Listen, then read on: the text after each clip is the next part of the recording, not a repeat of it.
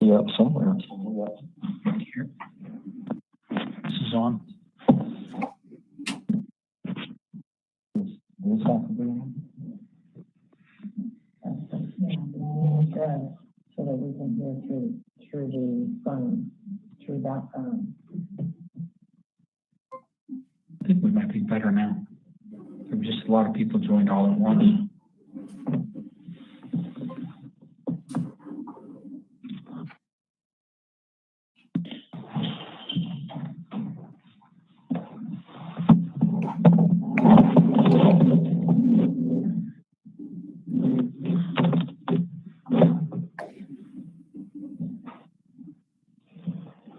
We don't have a quorum yet.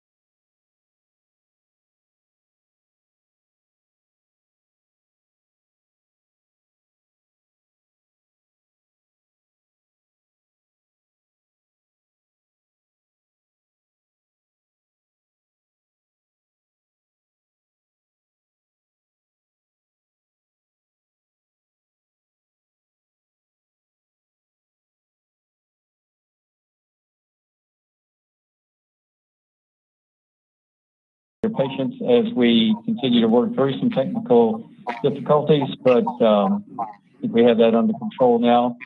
And so we'll begin our meeting. We'll call to order the Keystone Heights Airport Authority meeting for October 20th, 2020. Let the record show that our meeting started at 6:05, and ask you to please stand for prayer and then Pledge of Allegiance.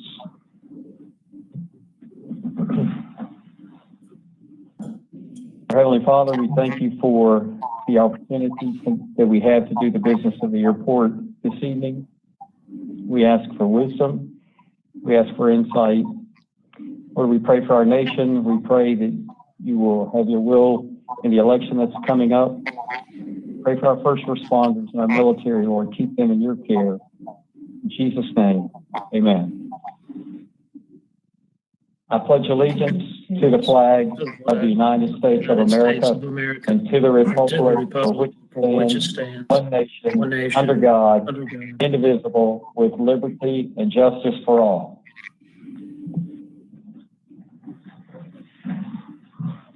Thank you.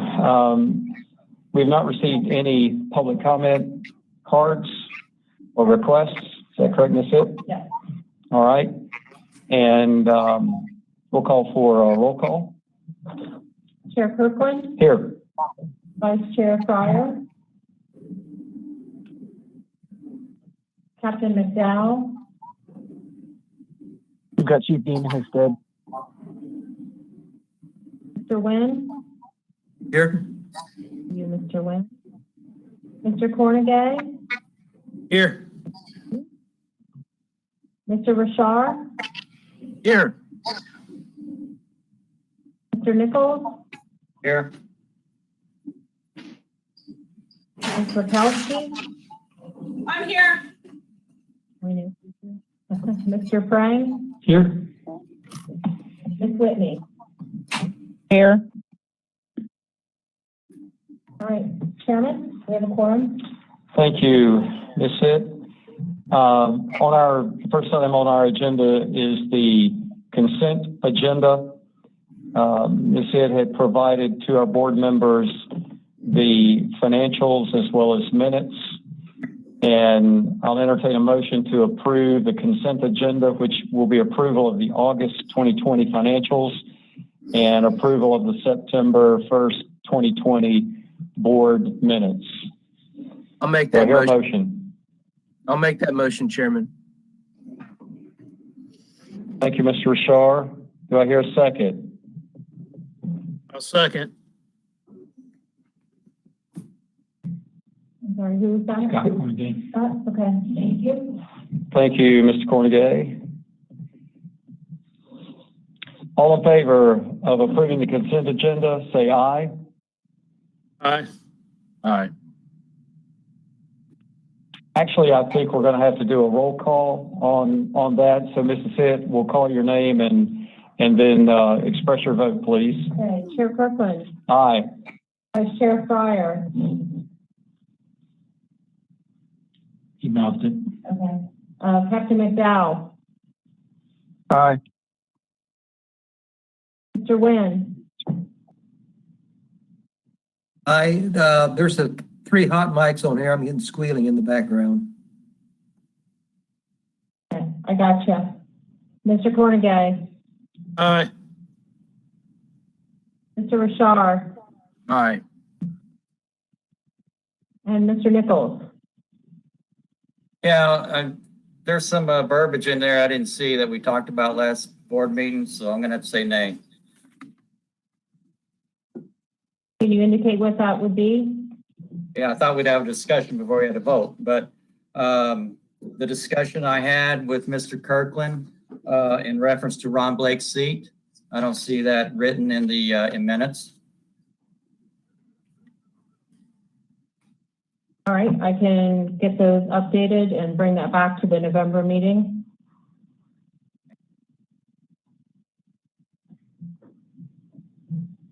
Any other questions about the consent agenda?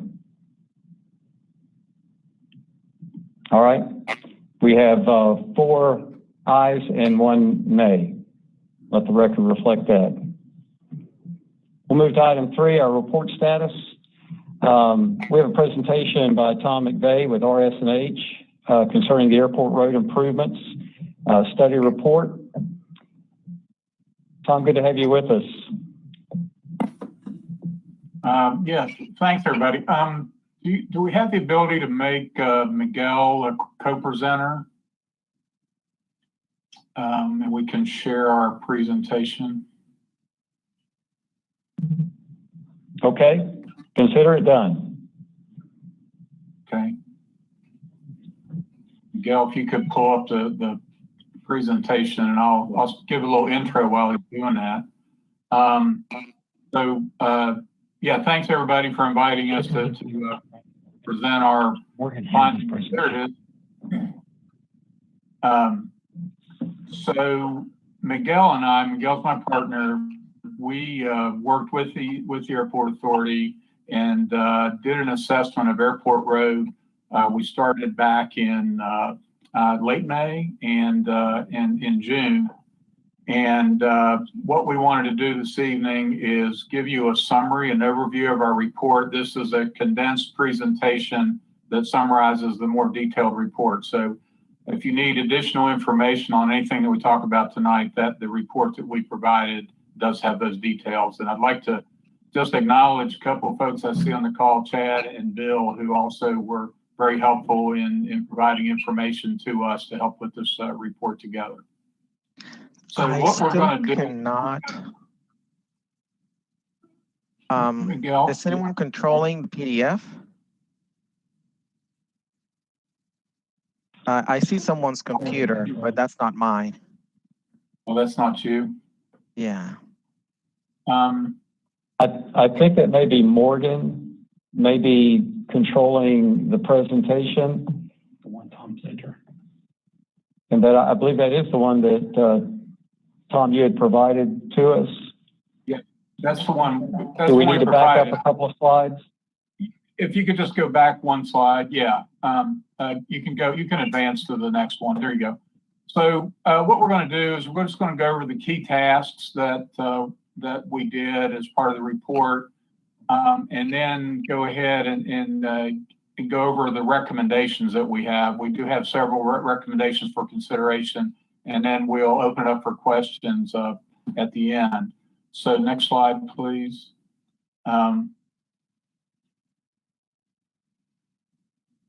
The tasks that we had were basically to do a traffic evaluation of the airport road, assess the roadway conditions of the approximately 1.5 mile airport road, look at the roadway from an overall circulation and accessibility standpoint, both from the existing needs and potential future access needs due to additional development or changes in traffic patterns in the area.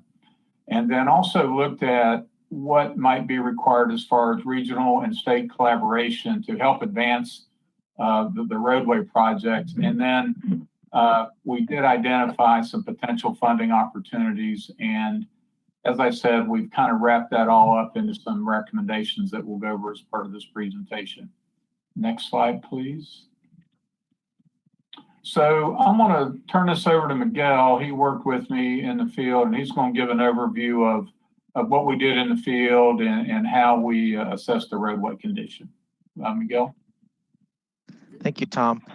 Site inspections of Airport Road and Camp Crystal Lake Road were performed in May of this year, and as well as a pavement core test at 3 sites. We have over 200 pictures, annotated pictures with comments that are also available and have been provided along with the report. And in this presentation, the following images will be representative of landside pavement conditions. Next slide. Thank you. So before starting with the pavement, we also reviewed the traffic impact analysis that was being performed at State Road 100 to confirm future traffic conditions. Now, these were based on year 2035, but it did include Airport Road, and in particular, the intersection of State Road 100 and Airport Road. And among the recommendations are turn bays at this intersection. However, there's no signalized intersection that was warranted in their engineering study due to a future consideration of a signalized entrance north of Airport Road, where the proposed MHD Rockland development has been planned. Next slide, please. Now, based on initial site inspection, the overall pavement is in fair to good condition. However, there are some areas of localized poor condition, and the lack of paved shoulders makes this even more evident for users. These are narrow 10-foot lanes, whereas your standard lane is 12 foot and provides ample clear zone. We also noticed that there's no lighting along Airport Road and beyond the intersections. And there are some sharp 90 degrees turns at the east end that are not conducive for through traffic or truck traffic, demonstrating some substandard design. Based on some additional pictures, we've also identified that the pavement exhibits transverse and longitudinal cracking fairly throughout the entire segment, especially of Airport Road, with some minor raveling at the pavement edges due to the fact that there are no shoulders. Pavement patching does indicate some existing subbase failure, as you can see in this picture, particularly one drainage crossing. And overall, the drainage crossing, at least from a visible inspection, appears to be in fair to poor condition. Next slide, please. There's also evidence of embankment erosion that could lead to pavement failure. This is the area where you can feel the dip as you're driving eastbound. And we have considered these issues in future scenarios. Tom, is there anything? Yeah, just a couple things I want to add here, and it's kind of hard to see in the picture, but in the bottom picture, we've got a line with arrows on each end, and that's to indicate it's a depressed area or subsided area in the pavement. There's a noticeable dip there, and you really can see it when you're standing alongside the road and those delivery trucks come through. They actually bounce as they're coming through there. And that's an indication that the roadway is subsiding. And if you look at the top two pictures, you can see there's significant embankment erosion. And in fact, I think that the drainage head walls at the end of the pipes have been displaced due to this erosion. So that's kind of a precarious situation, you know, with heavy rainfall or something that could worsen pretty quickly. The other thing of interest there is the guardrail. You can see in the picture in the upper right, that's a wood post guardrail, and because of that erosion, that post is no longer embedded as it should be. So the overall functionality of that guardrail is in question, and I would say that that guardrail does not meet current standards for roadway safety. So that's a safety issue. And the other thing I wanted to point out too, as far as pavement, when we were there, we did notice some localized areas, but it's my understanding that with the heavy rains that we've had this past season, that some of those areas have gotten worse, particularly down at the intersection at SR 100. And that's probably also exacerbated by trucks turning and pushing that pavement, causing some stress on the pavement there. So, you know, with a lot of rain, this pavement could continue to deteriorate. What's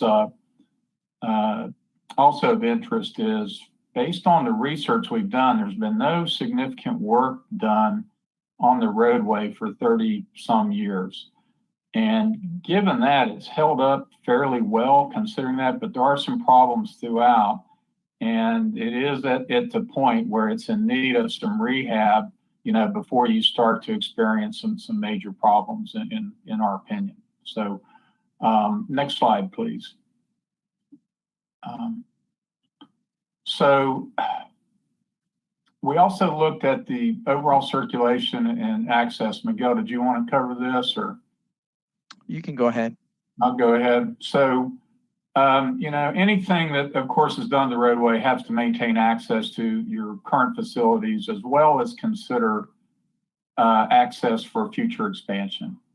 Important consideration are updates to the airport master plan, notably potential for the runway extension, extending to the west near Airport Road. We got a drawing, we'll show that in a minute. Also, any future utility needs, particularly as the area is developed, additional utility service, whether it's water, sewer, will need to be considered. And if you're going to do roadway improvements, it's good to consider those when you're designing the road so that can be accomplished, about the same time of the road so you can minimize any rework. And also, as you know, coordination with Camp Crystal is of fundamental importance for any improvements that are done here. And as with any roadway project, we think it's important to consider the needs for pedestrians and bicyclists. There's no bicycle facilities along the road, but pedestrian facilities, say, for example, down around the administration building, and if there's development in that area with additional office space, additional buildings, connectivity for pedestrians should be considered. For bicyclists, we did find out that there is a plan, the DOT or the Florida State has plans for a trail on the west side of SR 100. And it may be something to think about, the addition of a bike lane or shared use path that would accommodate pedestrian bicycles along the entire roadway that may connect Camp Crystal, say, out to that trail. Just something to think about as you're planning the improvements. So those are some things that we looked at. Next slide. Of course, with any project, collaboration with your local, regional, and state partners is important for funding and permitting and everything else that's needed to make a project a success. So the purpose of this report, it was initiated by the North Florida TPO, and that's actually who our contract was to do this. It was to really document the needs, the purpose and need of the roadway, come up with a preliminary concept, and then develop some cost estimates. And then that will enable the TPO to apply to get that in the Transportation Improvement Plan, which could lead to the gateway for funding. Okay. And of course, with roadway projects like this, funding opportunities, the DOT could be a primary partner, as well as the local Bradford, Clay counties, other state agencies, Florida Department of Economic Opportunity, and so on. And also coordination with comprehensive plans for the adjoining area, for the counties, Camp Blanding, whenever, designing and planning the roadway. So that's all fundamentally important to help advance the project, that regional state collaboration. Next slide, please. Funding opportunities, as I said, really one of the first steps is that coordination with the TPO to get the project included in the TIP, Transportation Improvement Plan, and then that continued coordination with the DOT, both the aviation office, we list that here, but also the district office, so that they can help screen funding opportunities from state and maybe even federal sources. If state funds are available and or federal, it's most likely that the project will also require a local match at some level, depending on the funding availability. So it may require several funding partners, similar to the prior roadway improvements that were done over 30 years ago. It looked like that was a joint project between the city of Keystone Heights, the county, and Alachua County School Board. So when you're looking for funding, it's important to recognize that you may need to get funding from several sources. The state may say they may require a 50% local match. I'm not sure what that is, but what we see on some projects is that is 50% is not uncommon from the local funds. So We did document in the report some potential funding sources for consideration. Next slide, please. Okay, so we get to the recommendations for the roadway improvements. And when we looked at this, the primary roadway, of course, we looked at was Airport Road, but we also considered Camp Crystal Road because access on Camp Crystal right now has a definite impact on Airport Road. So we think it's important to look at both of those. Next slide, please.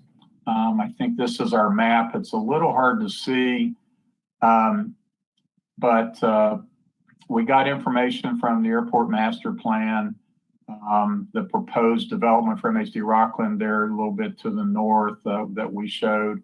And we used that information about possible future development down near the admin building on the eastern end. And we used that to develop some different scenarios. So we've got 4 scenarios. Scenarios 1 through 3 are all along the existing airport road alignment. Scenario 4 departs from the existing roadway and it realigns at the west end to accommodate potential future runway extension. That's per the master plan. And then also realigns as you head eastward before you get to Camp Crystal Road to provide better access to potential future development in that area. So with that, we'll go to the next slide and I'll talk a little bit more about each scenario. So they're really set up. One is what we're calling our minimal improvements, that assuming that funding is constrained is recommendation what we think are the minimal improvements that you could do, and then leading up to the most expensive option, which is 4, which would be reconstruct and realign Airport Road per the master plan to accommodate the runway extension as well as the proposed development. So I got some graphics to a little better illustrate these scenarios. Next slide, please. So for the minimal improvements, this is a typical section of the existing airport road. And as Miguel noted, there's 2 10-foot lanes, which are narrow for a roadway like this. Typically you like to get a 12-foot lane if you can. So the roadway is constrained. You've got minimal shoulders throughout.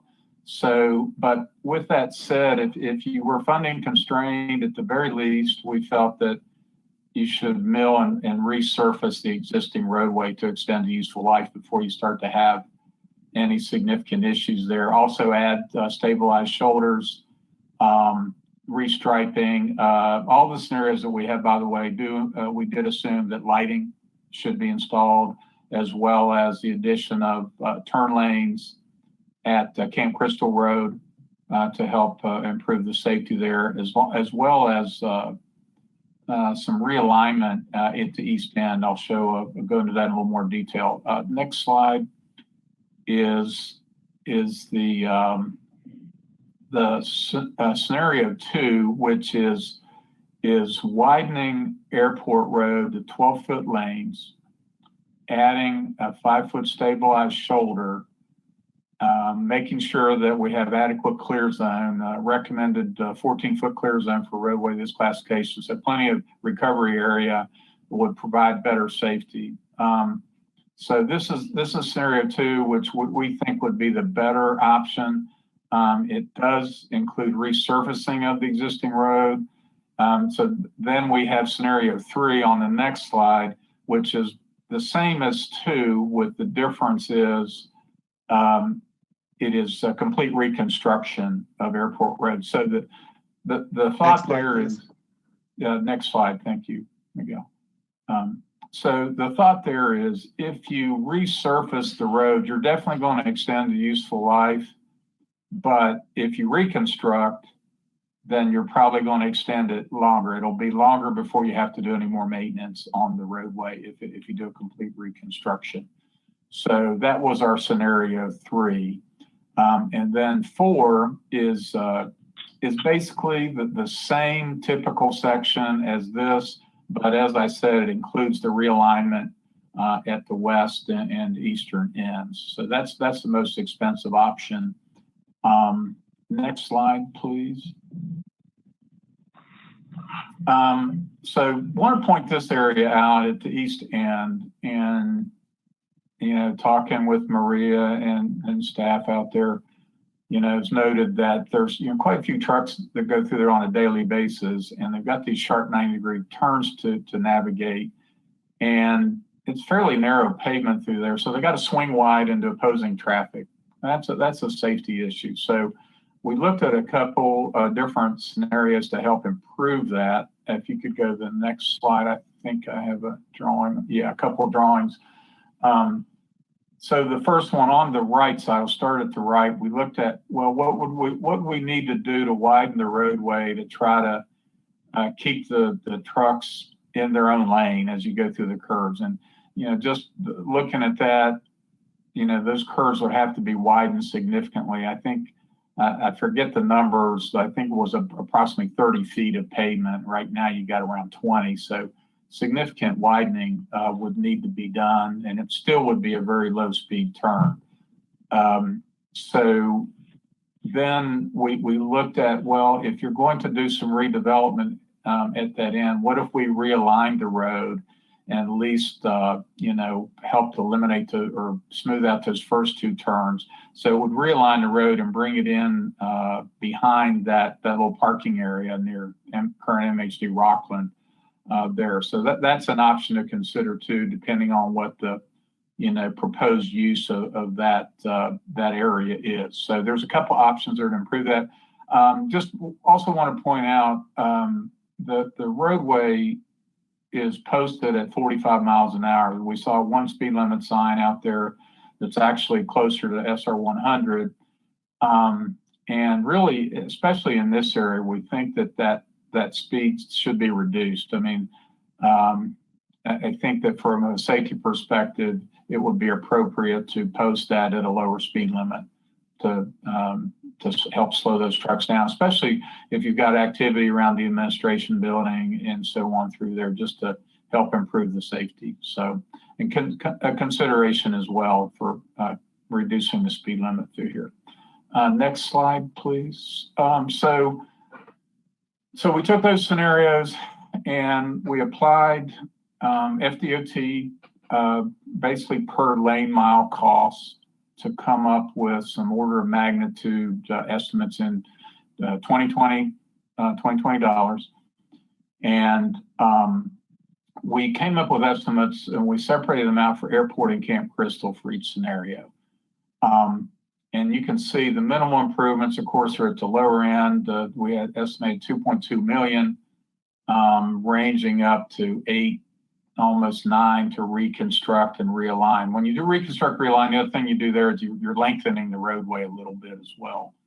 And adding some new pavement. The other thing that's included in that is even with the realignment of the road, you're still going to have to maintain a part of existing airport road to keep access to the admin office and so on. So that includes some minimal improvements there. So that's another reason for that cost being a bit higher. We assume the same for Camp Crystal Road. However, once you look at it, it may be a scenario where you reconstruct Airport Road and maybe because it's a lower traffic volumes and so on, Camp Crystal, maybe it's just a resurfacing. So you could mix and match these depending on what, funding is available and what you want to do on Camp Crystal. Then at the last column, we added in about $1 million for a mixed use pass. If you wanted to consider that, that's going to add approximately $1 million plus or minus to the project. So these are planning level estimates that could be used. Of course, we'd recommend that as plans are advanced to continue to update the estimates as the project advances. Next slide, please. So kind of to tie this all together. So one of the question marks is the runway extension and what's the timing of that. So if the runway extension is not going to be done for more than 10 years, we would recommend scenario 2, at least scenario 2 for advancement, and that's the resurfacing and widening. You may want to consider, as I mentioned before, if you have the funding available for a complete reconstruction. But if that runway extension is not going to occur for more than 10 years, then you maintain the existing roadway alignment and provide these upgrades. So however, if the runway extension is going to occur in less than 10 years, then we think that we would recommend taking a pretty hard look at scenario 4 with the realignment of the road at both the west and east end.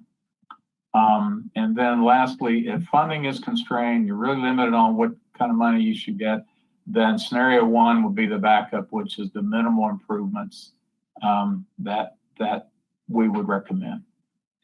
I think I got one more slide. So just coming back to our overview again, scenarios 1 through 3 are all assumed on the existing airport, and then 4 has the realigned portions that you see there. I think I got another slide after this. So, to help advance the project, recommend that coordination with the DOT and the county to really advance those intersection improvements at SR 100 and Airport Road. We know that that's being discussed, and we would recommend that you work with them to try to advance those improvements and get that intersection improved as soon as possible. And that could be done independent of any other improvements. So because of the road improvements are, of course, a significant capital investment, future development, including utilities and drainage, should be considered in layout. The master plan for the airport should be updated as development plans are advanced, and the roadway plans of development include roadway, drainage, and utilities. And just as far as the drainage goes, the current drainage crossings, the drainage pipes that are out there, they were designed many years ago, decades ago, and conditions have changed out there. So we think it's important when you're looking at the roadway improvements to also look at the overall drainage upgrades that will be required on the entire property, to look at what those needs are going to be to get that permitted, so that when you do go out and do the roadway improvements, if you need to upsize those pipes to better accommodate the drainage, it's all done at that time. So, the overall drainage master plan is an important thing to update, as well as, of course, utilities. Mentioned that federal state grants will require local match. So the coordination with local funding partners is, of course, important to help make sure that you can secure funding. I think that's all I have. As I mentioned, these are all documented with much more detail in the summary report that we provided. And with that, I'll be glad to try to answer any questions that you might have.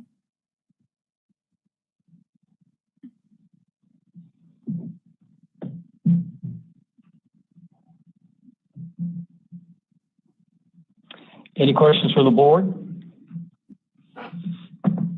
Oh, All right. As Tom had mentioned, that report, we do have the full report here at the office at the airport. So if you'd like to see that, we can make that available to you as well. And Tom, we greatly appreciate the TPO and RS&H, their efforts and the time they spend in preparing it, doing the testing and inspection of roadways. We greatly appreciate it. Well, thank you. And, we're happy to work with you. We appreciate your all support. Maria was very helpful throughout the whole process, and Bill and Chad as well. We really appreciate everyone's support, and hopefully we can help you make a successful project here. We think it will be add great value to the area, and it's good to plan now, while things are developing. So we think this will be a big improvement, a big plus for the area. Thank you all. And if Thank you you, guys, Tom. Thank you, Miguel. just one more thing, if you guys, if you look at the report, you guys have any other questions, just please, reach out to us, okay? Be glad to help. All right. Thank you. All right. Thank you. Thank you, guys. Chairman, Mr. Nichols here. Is there any way we can get Mr. Ed Franco done so he can get on with his day? But, Mr. Chairman, I have one question. That's fine. Before we move on from the roadway. Is there a timeline under consideration or for consideration moving forward with this, or how do we see this playing out in the future?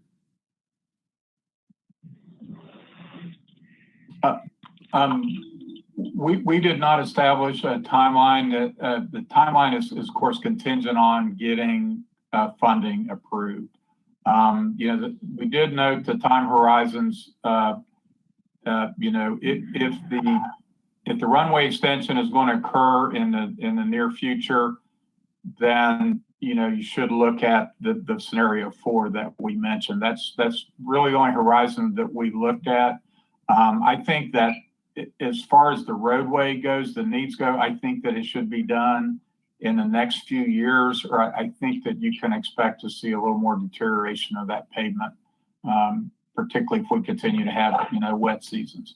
But yeah, I think it'd be wise to plan something within the next, 3 to 5 years at the most. So, Mr. Chairman, is that something that we'll take up in the future and establish that timeline and determine funding sources? Definitely. We've already had some conversations with Bradford County with respect to the DEO project that's ongoing and looking at all of those available funding resources that have been recommended. We'll have to see what the state budget's going to look like in the coming year, but definitely I think we need to move forward with the project as soon as possible. I agree. You'll have an opportunity. This is Bill. You'll have an opportunity in the springtime when Maria meets with the FDOT Aviation Office to add a program in their 5th year, a project, which it has to be weighed against other projects you have planned for the airport, because they're, even in a good year, they can only fund so many projects. But the next opportunity to get a project in front of FDOT Aviation is in the March timeframe. Pursuing other funding sources you can do at any time. I would recommend the board either take some time to think about what Tom and Miguel presented, or request the full report and review that for yourself, and maybe talk about which scenario you think is best to move forward with. And to answer a question that Tom floated out, as of today, I do not think the runway extension is in your near-term plan.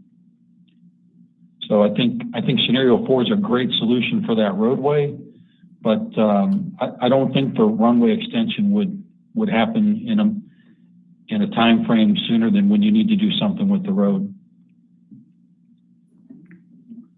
Maybe one of the future meetings soon where you're meeting face to face would be a good time to talk about which scenario seems to make the best sense to submit some funding applications for.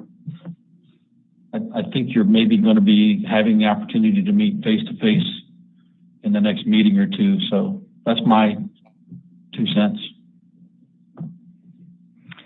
All right. Thank you, Mr. Praying. Any other comments, questions from our board?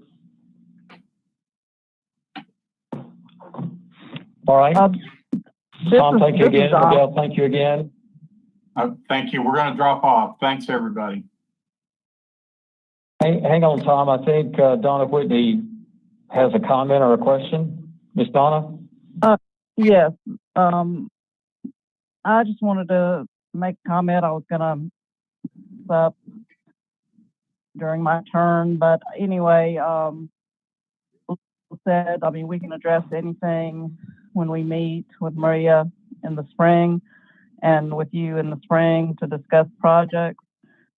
we are facing budget shortfalls. So for the next 5 years, we are going to be reducing our budget, which is going to affect all of our airports. I hate to say it, but we're waiting right now in our fiscal year 21, which is our current year. We're going to be losing budget. They have not given us the dollar amount yet, which I'm not sure how it's going to affect all the airports at this time. But we will work with you any way we can as far as, scheduling something 5 years out or 6 years out. It's hard for us to work within a budget right now that, is already committed to projects, in that amount of money. So we have to do these things over several years. It could even be over 2 or 3 years. So that is the downfall of, the way we schedule funding.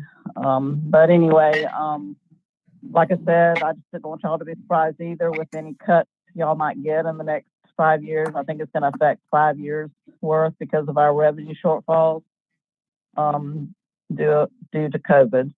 So I just wanted to give y'all a heads up on that.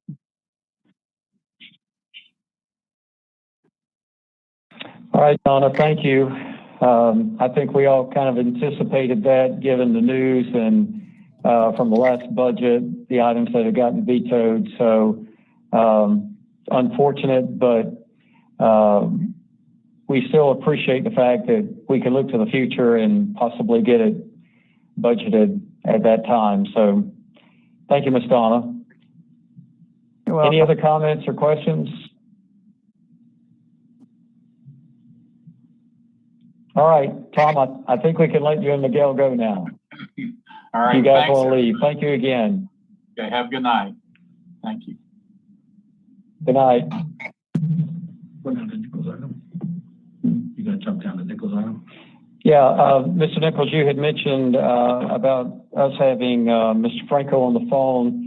And why don't we jump down to your area? I assume he's going to be talking with us about the C-47 and C-337 update. Mr. Franco, you there? I sure am. I'm here. Okay. All right. So for the board, and thank you, Chairman, for allowing us to jump in here a little early. Mr. Franco is the CEO of Turin Aviation Group. He is his company is who we transferred the ownership of those 2 airplanes to, and I invited him to call in and answer any or make a comment and answer any questions that the board may have for him that I might not have asked. So, Mr. Franco, the floor is yours. Thank you so much, David. Well, first of all, I want to thank the chairman and the board and Mr. Nichols on meeting through the commitment of the C-47 and the 337 transfer. As you know, it's been a solid 2 years since we had engaged, actually a little bit more than that, since we had engaged with Robert Bob Ole, in order to do maintenance on one aircraft in exchange for the other. As things turn out and as everything turns out, I guess with Mr. Ole, it doesn't necessarily work as intended or as contracted. So I thank you and the board for following through on that. And it closes a very strong chapter for us over here. So thank you so much. And we are eternally grateful for what you did and following through on that. Thanks, David, for assisting in the process and actually being so proactive in the activity of the transfer. So I want to thank you for that. And with that, if anyone has any questions regarding the C-47 or the 337 or anything whatsoever, just go ahead, feel free to ask.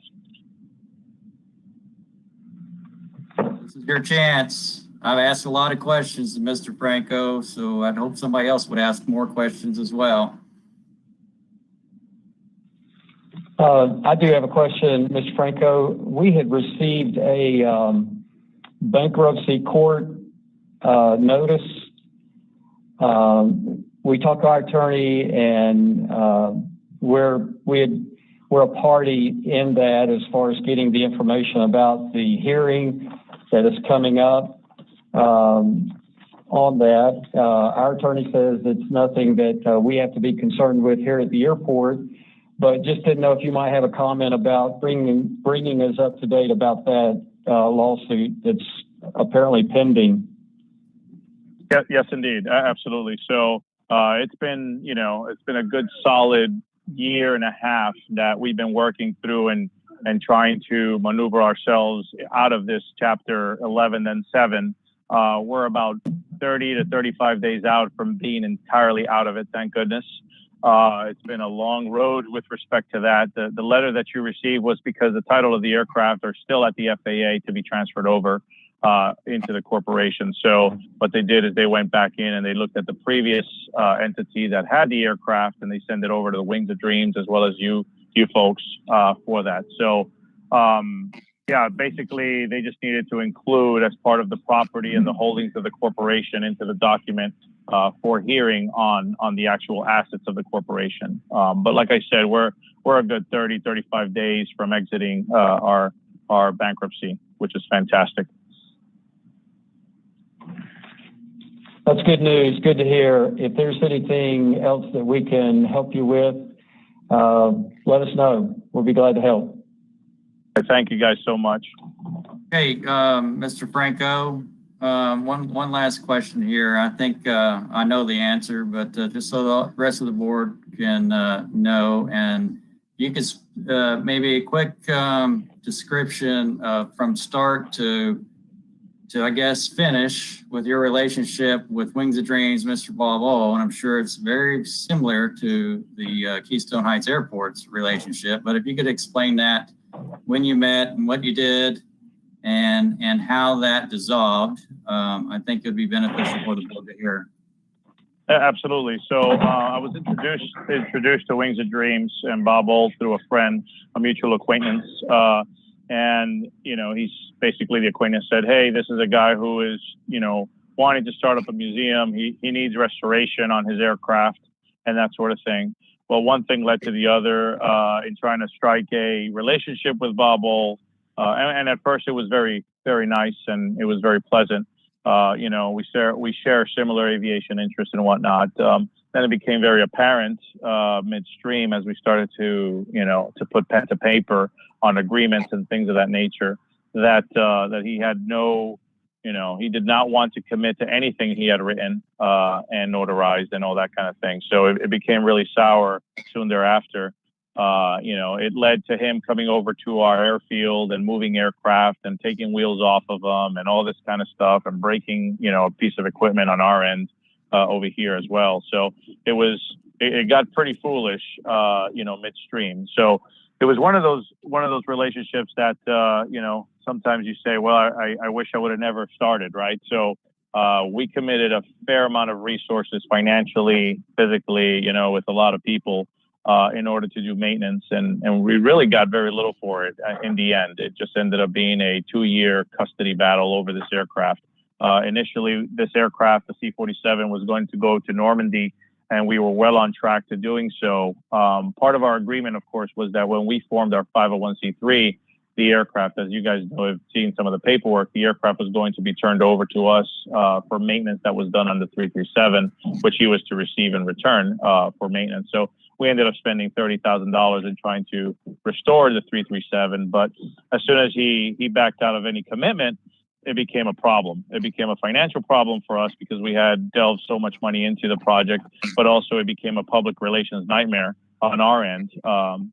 Given the fact that the plane wasn't in our name and it was supposed to be in our name via title, it really became a very, very, difficult period for us, especially because we had made a lot of assurances and promises that we were going to go to Normandy and we were well on track to do so. But everything changed with Bob when, we started getting very positive PR on the aircraft and we started researching into the history and finding out that, in fact, the aircraft was used in Operation Varsity. And the airplane went from an anonymous aircraft to something of relevance historically. And then we quickly started seeing, Bob and Wings of Dreams backing out of every single written commitment that he had done. So, but as they say, that chapter is over. Yes. Thank goodness to you folks. All right. Yeah. Similar story with the Keystone Heights Airport and many other people that have been in dealings with Wings of Dreams. So Thanks again for coming. I will just let the board know the transfer of ownership. If you didn't know, the transfer of ownership was done on September 3rd. It was some very entertaining Facebook posts between Mr. O and Mr. Franco, soon after that. So I appreciate the entertainment, Mr. Franco. Yeah. But anyway, thanks for calling in, and it was nice getting to know you. And, hopefully the future is a lot brighter for you as you go forward. Indeed. Thank you. Thank you, folks. Have a good evening. Thank you. Mr. Franco, I just wanted to say thank you for your cooperation and partnership through this. I know it was challenging for you.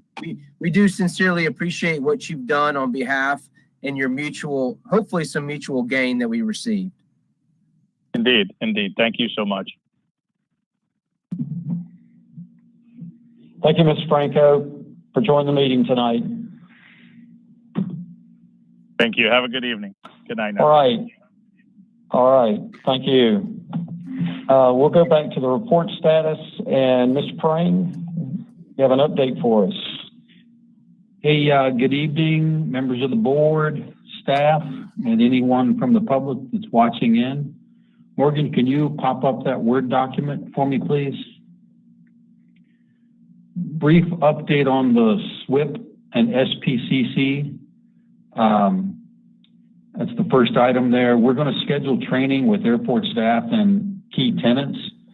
And because of the need to notice any meeting that includes more than one board member, I just wanted to ask, are there any board members who want to attend the SWIP training, Stormwater Pollution Prevention Plan, or Spill Prevention Controls and Countermeasures Plan?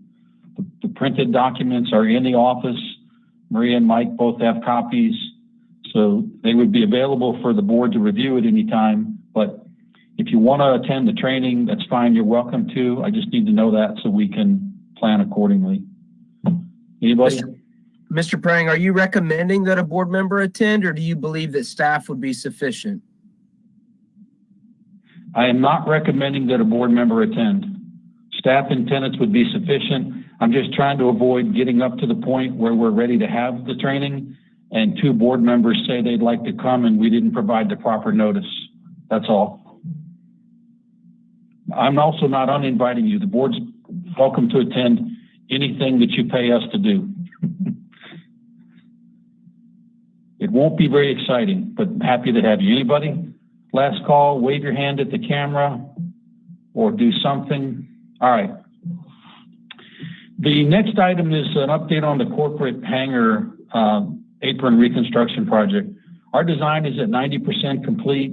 We got a couple issues, one of which is the soil furrow area. We need about 5,000 cubic yards of soil to make up the volume that will be created when we remove the easy base from beneath the existing pavement. And Morgan, if you could switch over to that other PDF graphic for a minute. I had sent out a couple of options several weeks ago, and I got some feedback individually from a number of you. I've taken a closer look at one of those areas on the south tip. Yeah, open that all the way up. Yeah, there you go. Thank you. So this is the 12 acres you'll recognize there. You can see the apron area, taxiway A, Camp Crystal Road. There's about a 3-acre area on the very south tip of the 12 acres that you cleared recently across from the FBO. And there is an existing culvert that appears to be non-functioning that we would stay away from. We would stay at least 20 feet clear from the edge of the road around that area. The edge of the road forms a natural roadside swale. So we would start excavating on the back side of that swale and probably on average take 2 to 3 feet of soil off of that 3-acre area. If we assume an average of 18 inches over a 3-acre area, it'll generate 7,200 cubic yards of fill. And of course, that fill is naturally existing. It's uncompacted. It's probably in the 90% compacted range, and we always have to account for a shrinkage factor when we move that to the site and then compact it with mechanized equipment. So we really need about 6,500 or so cubic yards to net 5,000 cubic yards compacted in place. The other site I looked at, the other site I recommended, which was called option 3 before, I went and looked at that today, and there's quite a bit of trees and vegetation that have grown into that area. And it's probably fine soil, but the contractor would have to do extra work to get to the soil, and that costs money. And so I don't recommend that. And keep in mind too, that contractors are going to have the option, if it's more cost effective for them, to get fill material from their own site and haul it to the site. We're just looking to give them an on-site location where they can have a short haul if they choose to dig the soil here and backfill into the easy base removal areas. When we leave the area, the contractor would restore this area to maximum 6-to-1 slopes, and they would seed and mulch it so that the grass grows back in like it is. And nothing would be removed below the depth of the existing low area that kind of runs through the center of the 12 acres. So that my recommendation is we use this as a designated borrow area. I know I talked to several of you. I talked to almost everybody several weeks ago. Some of you had some thoughts, which I've tried to incorporate. And this is your opportunity. And if we want to manage the meeting as one by one, you can either say no comment or agree or offer some other counterpoint that I will take note of. Can we go one by one just so we know we got everybody? Yeah, why don't we, I don't have any comment. You and I have talked before. I think the recommended site's probably the best. I'll just go across the screen that I have. Mr. Nichols? No, my only comment is, Mr. Wynn's been there, I think, since the airport was made, and he probably knows the lay of the land better than anybody. So I kind of recommended him to, use his best judgment and make a recommendation. I think he's next Okay. up. Mr. Okay, Wynn, you're next next. You're up. Okay, you had mentioned before about the parking lot, by the MHT parking lot. Is that still in consideration, or is that what you was talking about with the trees? Because that actually could be shaved off, and it's soil, the sand and clay is all the way down. I've dug down 15 feet into that with a trackhoe, and it's the same uniform material all the way down. So you're not going to hit any clay, but that is a good place to scrape off too. It would improve our area for setting up any vendors or what have you. So are you talking about right behind the MHT parking lot that's on the corner, a catty corner from their office? Right, without taking any trees out, to go ahead and cut that hump off. There's a hump, and there's only one power pole that's right there in the turn. But that would improve that area, and also down where you show in your site map, the corner going on the Crystal Lake Road would also be an area if you needed more material. I would suggest the area out by the parking lot because it's higher than the other. And I know that material is uniform. It does have some large drainage pipes that they'll run into because that's where the latrine and some of the other buildings were at. So I know there's plumbing that's still under the ground. That's my suggestion. Okay. And when I have no problem adding that as an available borrow area. The reason we didn't include it is because I don't think we can get a full 77,000 cubic yards from that site. So I was trying to consolidate the contractor's work into one area, but I don't object to offering them both sites and letting them take soil off the high hill until they start getting into old plumbing infrastructure and then moving down to the 3 acres to get the rest of what they need. Would that be acceptable? Yes, that would actually improve that whole 12 acres we have there that we intend to use for events and things like that. There was a higher hill right there at the cutoff going to the Sportsman's Club. I had them level that when they went in and done the clearing. So there's a lot of extra material. And like I say, the material is uniform for quite a depth in there. You are not going to hit any clay or anything.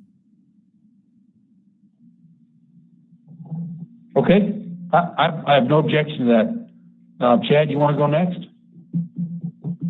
Sure, and I was able to communicate with Mr. Prang several weeks ago whenever he introduced this. And my only concern was we just spent X amount of money to clear that area, which in this case, I guess, presents a better available option, because prior to this, a contractor would not be interested in using this for a borrow area. If Mr. Prang believes this to be our best option, I'll have to concur with his decision and his options. Thanks, Chad. Scott Fryer?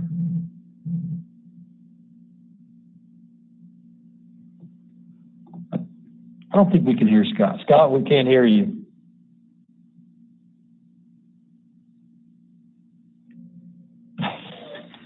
Hey, Scott, you want to type some things in the chat box that's in the top right hand of your screen, the little thought bubble?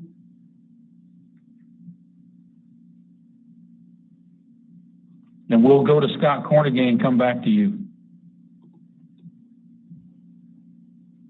Scott Cornegay. He's frozen. Scott. Scott Cornegay, can you hear us?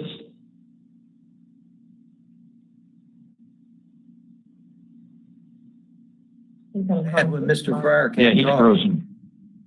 There we go. There he goes. Now he's moving. Mr. Cornegay, can you hear us? Yes, I can. Can you hear me? Yes, we can now. You were frozen for a while. Any comments or questions for Mr. Prang? Well, Bill, I would ask, is this what was referred to as option one initially? This is what was initially referred to.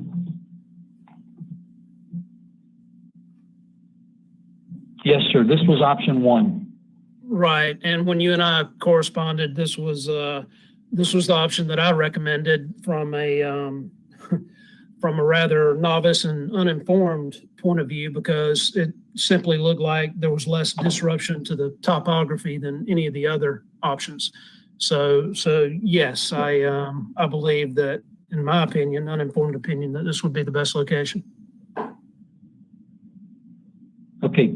I don't know if everybody got Scott Fryer's question, but I see it. Scott says, how much lower will the land be from the roadbed after excavation? And I think he says he generally agrees with the choice. So, Scott, the Camp Crystal Road, the excavation will result in about the site being 2 feet below Camp Crystal Road. But you'll probably recall when you take the angled road that goes from Camp Crystal past the Sportsman's Club Road, that actually raises in elevation. So from the higher point, it'll be like minus 4 to 5 feet. The site will be 4 to 5 feet below the road at that point. And I believe he's typing.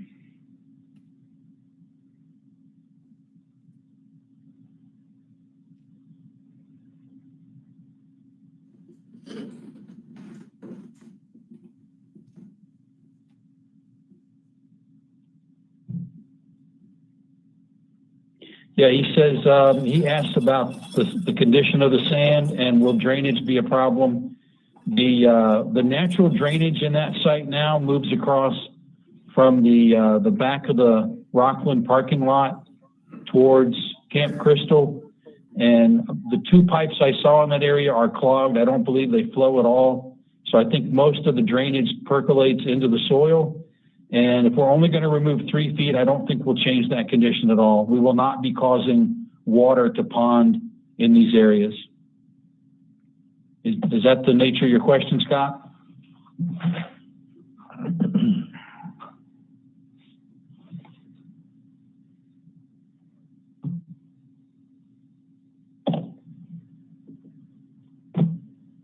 Is it a thumbs up or a thumbs I down? think he's typing. Yeah, it's a thumbs up from Scott Fryer. He says, thank you, agrees with the plan. Okay. Did we get through everybody? Anybody else want to comment on that part? Captain McDowell. Oh, yes, Captain McDowell, did you have any comments? Actually, I think it's somebody No, else. there's no comments. Okay. All right. So the next topic is the easy base disposal. And those of us that have been following this topic for a long time are aware that JEA has had a program to, air quotes, take back easy base soil.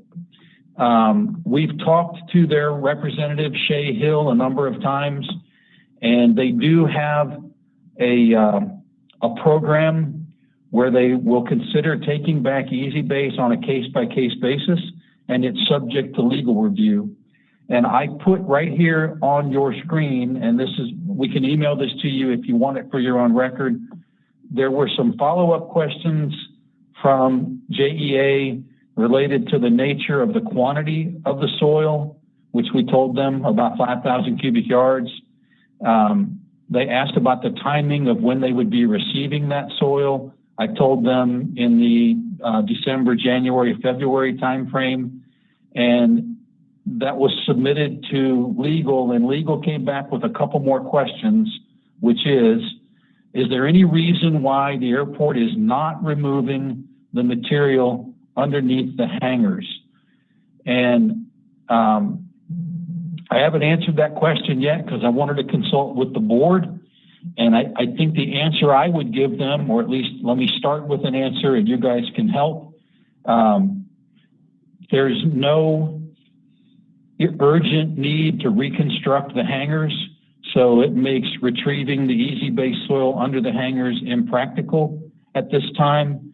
But at some point in the future, one or both hangars may be demolished and reconstructed, at which time the airport would deal with easy base then. Does anybody have another perspective on why you're not removing the material under the hangars? And by the way, they have not indicated to me which answer they want to see there, which makes them more willing or motivated to take the soil back.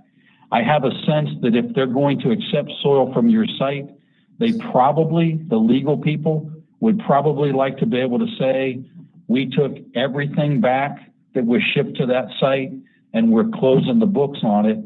But of course, in this case, when they asked, is this all of the easy base that was shipped to the site? I had to tell them no.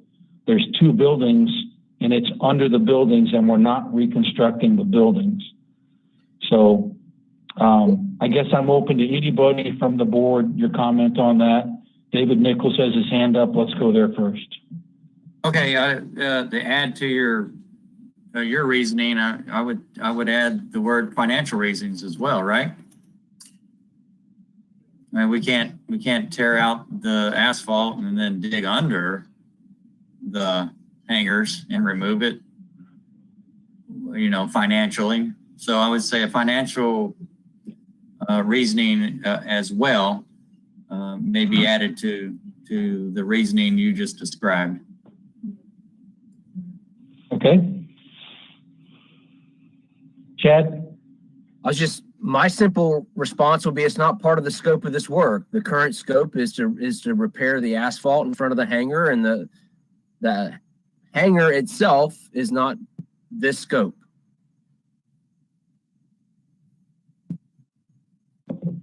All right. That's a pretty simple way to put it. Yep. Anybody else? Either of the Scotts? Mr. Wynn? Add one comment.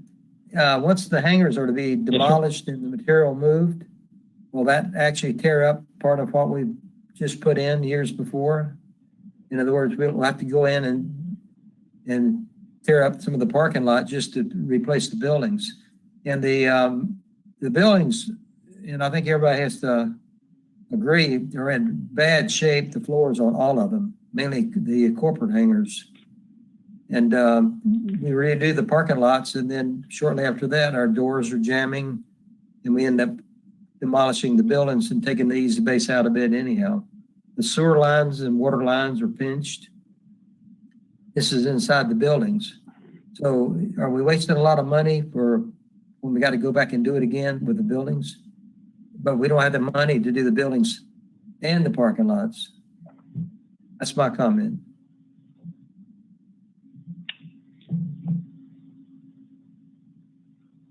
Got When mighty we quiet out originally there. brought the, when we originally brought the idea to the board several months back, it was brought with the recognition that the pavement was not getting better. We still had tenants in both hangars, and that we did need to do something with what was there with the funding that we had available.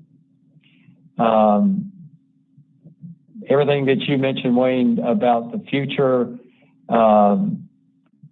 we don't know what that would cost. And as Mr. Nichols said, we can't afford to do it all at this time.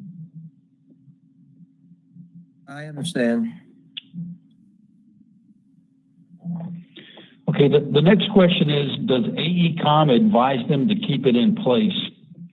And, you know, this was where I would answer similar to Chad's suggestion before. AECom was not tasked with demolishing the buildings and reconstructing them. We haven't given the airport any specific advice. But I think what he's getting at there is the environmental side of things. And if I could just jump down, he asked, do we know how much is under the hangars? I think that's really a quantification question. We could calculate a quantity and say, you know, we know the dimensions of the hangar, and we could assume that the depth of material under the hangars is similar to the depth under the pavement. And if that is true, it's about another whatever cubic yards. I can answer that one easy, but his last question, I think, is the most interesting one. Have we collected any analytical data on the material being removed? I'm not sure what TCLPs are. I know what sulfur and sulfates are, but these are chemical constituents that they know they will find in the easy base. He told me in a separate correspondence that they know the chemical makeup of pure easy base. What they don't know is what level of mixing it's had with other soils and what concentration levels these various constituents will be when they receive it back. And of course, he also pointed out that any landfill that receives the material will want these tests. Let me start the answer by saying AECom has not performed any analytical testing on any of these things, and we don't think it's necessary to do that if JEA is going to take the material back.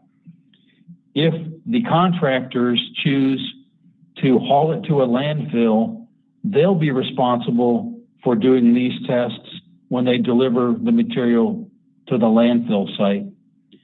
So again, I think I have an answer that says we've not collected any analytical data on the material, but I would like to get the board's input for any of you that have knowledge of this kind of thing or have an opinion of this. David Nichols, we'll keep starting with you because your window is first. Okay, well, this will be quick and easy. I have no input on that question. All right, Nichols out. Yes. I have a comment. David Kirkland, you're next. Yeah, I don't have any knowledge. I know during the litigation and trial, I don't recall there being any discussion about any of the TCLPs, the chemical constituents. Yeah, the chemical constituents. So I'm like you. I think we just we haven't conducted any kind of testing. Okay, Mr. Wynn. I had a comment. What was the dollar amount for the removal on the parking lots? Both parking lots? I don't recall. I don't have it in front of me to refurbish all that. The estimated cost to remove this Estimated cost. material? Right. Yep, stand by just a minute. I have that on another piece of paper.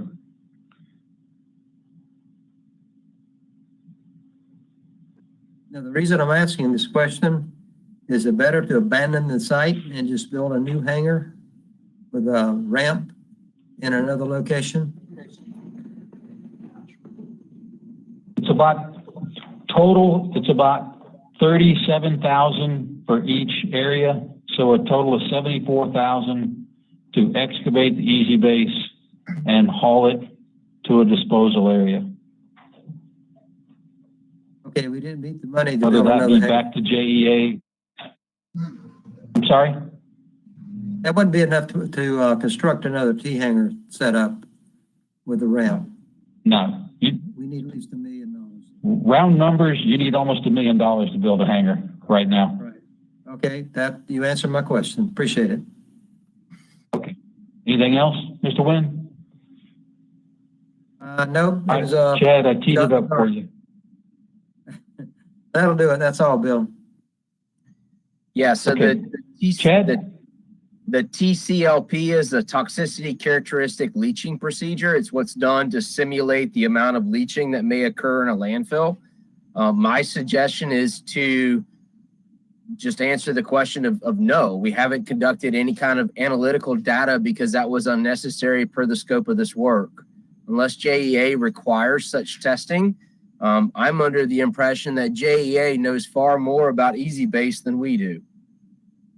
Yes, exactly. They know exactly about it. Right. And his comment to me was, again, they know what it is in its, if you will, pure form.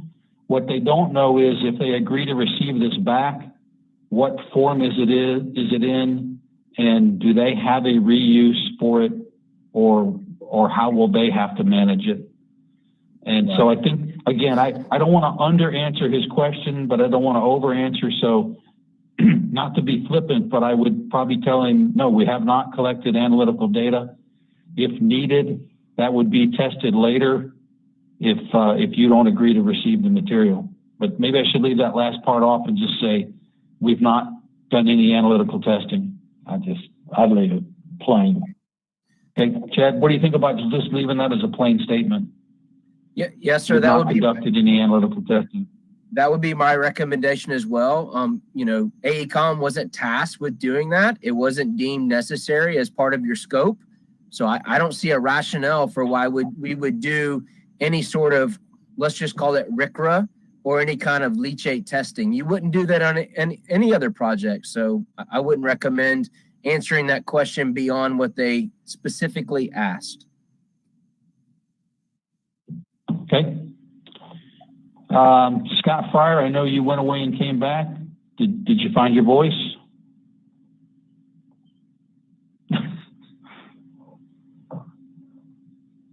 That's bad. Scott Cornegay, let's go to you while Scott Fryer types. Yeah, I was about to say the exact same thing that Chad just said. So now, thankfully, I don't have to repeat it. Okay. Scott Fryer, are you typing? Yes, he is. This is going to make YouTube history right here. It's going viral for sure.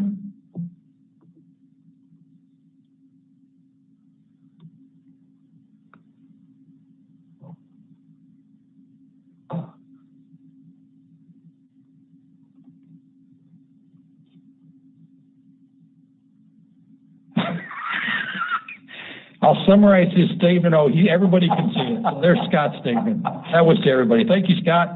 All right, so I will answer those questions, and I will engage the JEA rep in another phone call as a follow-up. So let me move on to the cost estimate. The cost estimate is still pretty much in the same range as before. You'll remember we're designing both areas, but we're dividing them into two bid schedules. The $275,000 cost is for bid schedule 1. That's the west side or the near side, the worst area. And then the area between the two hangars is estimated at about $300,000. I would propose the following schedule for bidding. We should be ready and complete with our plans or on or around November 16th, ready to distribute to bidders. So I would propose we advertise in the local paper on November 12th and 19th. I will schedule a pre-bid meeting and offer the contractors a chance to see the site one day midweek of November 23rd. We'll have a bid opening on December 16th, and then I'll be ready to give you information for a contract award on January 5th or another day in January that you may choose to hold your board meeting. And we'll start construction somewhere around February 1st. And I know some of you may have comments on the schedule. That is later than we originally proposed. The easy base discussion has taken much longer than I thought it would with JEA. And I lost a week and a half to a sinus infection. That's my fault. But long and the short of it is, I think I told you before, we could be in construction in mid-December, and we're going to miss that target. I apologize for that. But does anybody have any comments or questions on that proposed schedule? I have a comment on the aircraft. You had mentioned the hangar should be cleaned out. I haven't heard of any preparation or what we will do with the planes and the other stuff that's in the hangars. What are we going to do with the aircraft? Got mighty quiet. Yeah, well, I've been talking to Maria. Okay. Go ahead. I've been talking to Maria. You do have a couple of options. Remember I'll just throw out the options and then you guys can run from there. The new hangar is essentially ready to occupy. I know there's lease arrangements still being done. I'm not a part of that, so I don't have that information. But if that was still empty, you could put aircraft into the bulk hangar. If aircraft move out of other hangars into that hangar, theirs would be empty to use. You might need to do put 3 in empty hangars and maybe work out an arrangement to store 1 in the bulk hangar for a few months during the project. And I don't think any of that is solidified, but I think the option would be to do some sort of shell game, moving airplanes around.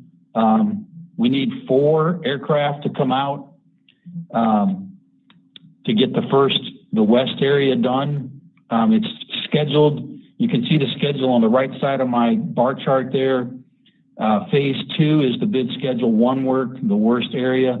We've got that estimated at 45 calendar days, so essentially 6 weeks. Wayne, the reason for advising pilots to remove any personal items is, as you know, that the hydraulic door closes down and the outrigger overhangs the asphalt pavement by about 12 to 18 inches. So the door can be closed for the majority of the work, but when the contractor is working directly against the concrete slab, the hangar door has to be fully open, which means it's open to contractor personnel for all day. And unless the owner of those personal items, or unless we post Mike Brackenberry down there, we really have no guarantee that somebody's whatever tool or piece of equipment might walk off. And so I would advise pilots to secure their belongings. If they choose to leave them in there, I guess they're doing that at their own risk. There's no other way, though, to work tight up against the hangar except to have the door open. And theoretically, all 4 doors will be open when they're working against the hangar, because they won't just work in one 40-foot section. They'll work along the whole front of the hangar for several days at a time. Yeah. Actually, the aircraft is the only thing. The aircraft is the only thing that's the airport's responsible for. All the other items, like in my hangar and in the other hangars, should be moved out and secured somewhere else. The biggie is keeping the aircraft inside out of the elements, even if the door is open. It's not a problem. So I don't think it would be a problem if that's on the other side also, take out what they want to secure and leave the aircraft in the hangar. Unless they use it for commercial use, so then they'd have to, of course, take it out and leave it somewhere. So in other words, anything loose, take it out and leave the aircraft in there and be prepared not to get access to it for a while. That's my suggestion. David, you got something? Nichols, David Nichols? Anyway. Oh, Kirkland, okay. Ms. Hitt, have you had the opportunity to connect with the other tenants to make them aware of our proposed schedule? And have they expressed any hardships, or have we had an opportunity to work with them proactively yet? No, I have not yet. We had a plan somewhat in place of what we could do, but we were really waiting on Mr. Frang with a timeline so that we knew what was going to be realistic. You know, early on, I think we thought the timing was going to be perfect for when we were going to have new tenants moving into the new hangar, and that would free up 3 to 4 hangars that we could move those individuals into. But since then, that timeline has been pushed out. That was going to be something that I was going to talk on under my item as well. We can certainly talk about that now. You know, if we move 3 or 4 people out of existing hangars now, moving down into the new hangars, and that's effective potentially November 1, we're going to have 3 hangars that are going to be sitting basically empty because I can't move anybody new into those hangars because we kind of have to hold on to them until this project starts. Right. So, I mean, those are some discussion points, and I didn't want to bring them up with the current tenant. Of course, Wayne, he's one of them. One of the hangars on that 5 hangar side is the Wings of Dreams pieces, so we don't have to really have any heartburn about accessing that. But really the remaining 4 are active tenants. So yes, but we need to discuss those options. And I think Ms. Hitt we have a lease.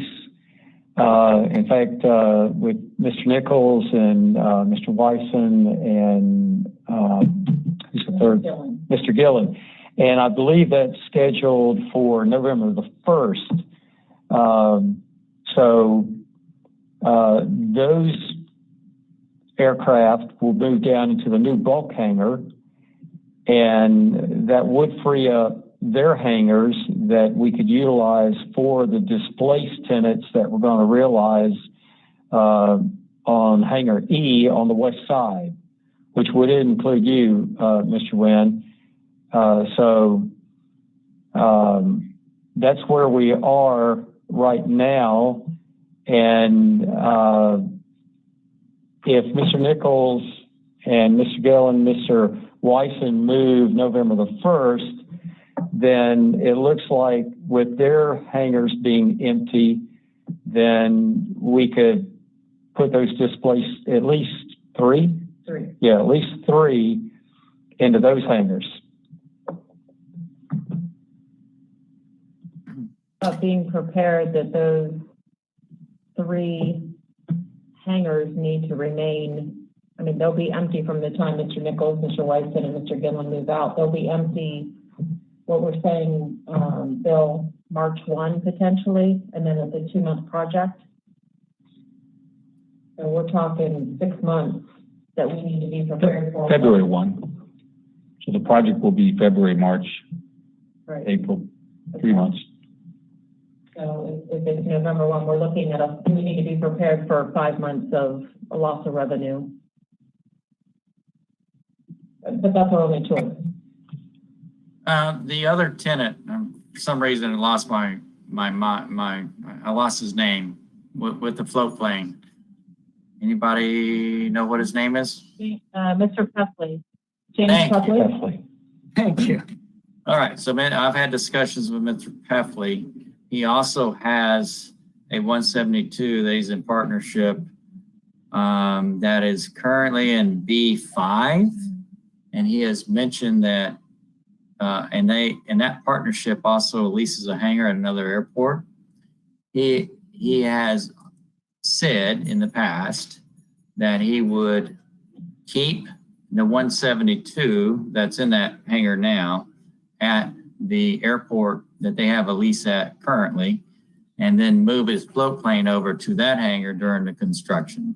So that kind of takes care of all four tenants that have airplanes. So anyway, I just thought I'd let you know that. Okay, good, thank you. And this may be a little preemptive, That's great. That's good news.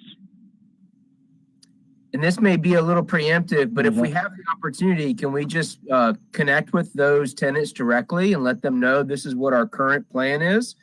And then that way, perhaps they have some additional time to make some recommendations, or maybe they can come up with some alternatives that they haven't thought about. But in my line of business, at least, if I have more time, I might be able to come up with better answers. Okay, so Chad, I'm not a board Absolutely. member right now. I'm not a board member right now, and I'm part of the three person partnership for the new hangar. And I'm in touch with the other two partners, and they're aware of what we are expecting, what the airport is expecting, in reference to vacating a T hangar. So those myself and those two individuals, Mr. Weeson and Mr. Gillen, and then I just mentioned about Mr. Peffley. So everybody's in the loop, if that's your concern. I just want to let you know that.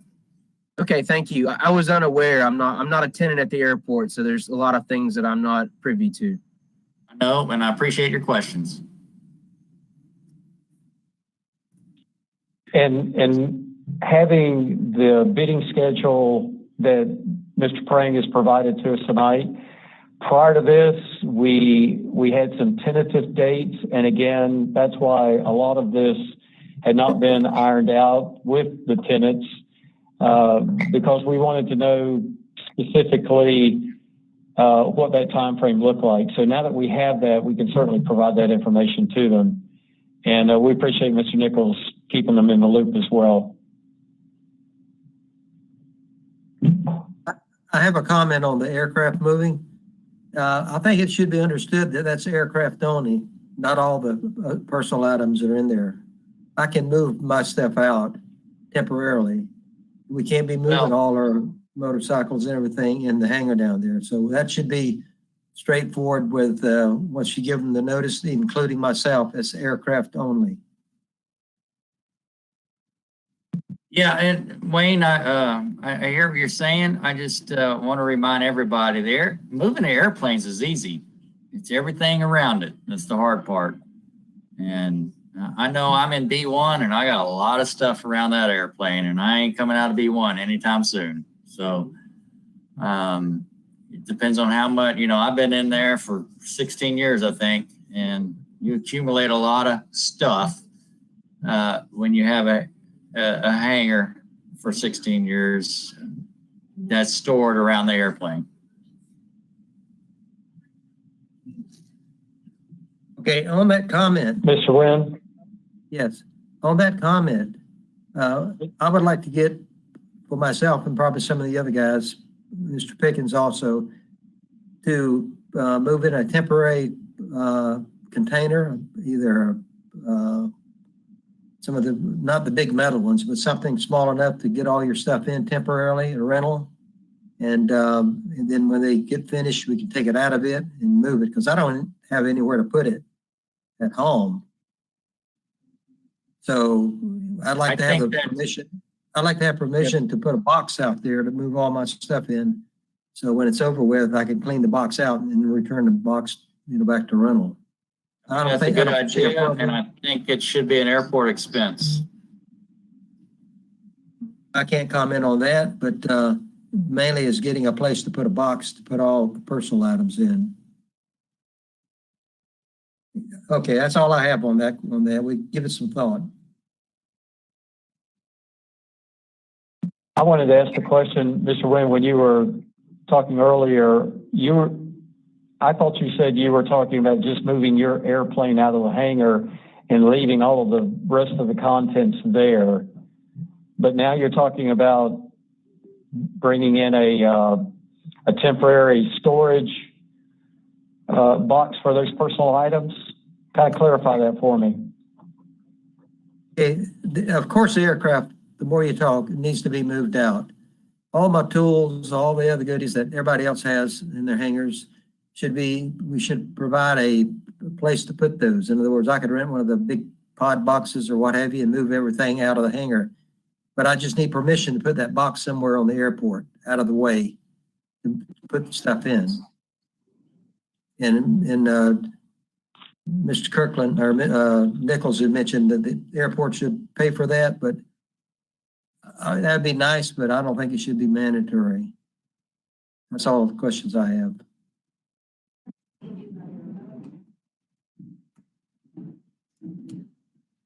There's a lot of room out Do there at any of the the board airport. members? There's a lot of room out there at the airport to put something. I don't see a problem with Mr. Wynn picking a spot and putting a container out there and filling it up. You know, let him use his best judgment to put it so it doesn't obstruct any aircraft movement, and let him fill it up. Sounds good to me. Yeah, I agree. We have plenty of room. I think that Mr. Wynn can get with Mike Brackenberry and they can find a spot for it that will be accessible and, like you say, out of any aircraft moving areas, and should be fine. Yeah, it's back to the aircraft only. Things will be tight, but you know, the other guys has got a lot more stuff than I do in my hangar. Should understand that they're gonna have to take care of that themselves. And actually, if you remember a few years ago, aircraft hangars are for aircraft only. They're not for storage of other items in there. But that was I think I got blown away anyhow. So I have no more comments on that. I fully understand what's going on. Thank you, Mr. Wynn. Any other comments from the board? I think if the airport is mandating people to move out of a hangars for construction project, we should fork up a little bit of funds to help store whatever is in there. You can't have an airplane unless you have tools and you're able to work on it. And aircraft don't fly unless they're maintained. So, and private pilots also can maintain their own aircraft to a certain extent. So that's my comment.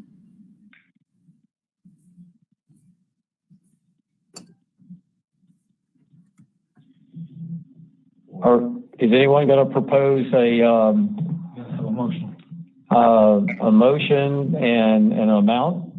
I think we need to put a maximum amount on whatever type of storage container we're talking about, because we're talking it's going to affect 4 individuals. Well, we got time. I think maybe we should discuss this next board meeting when we get some numbers.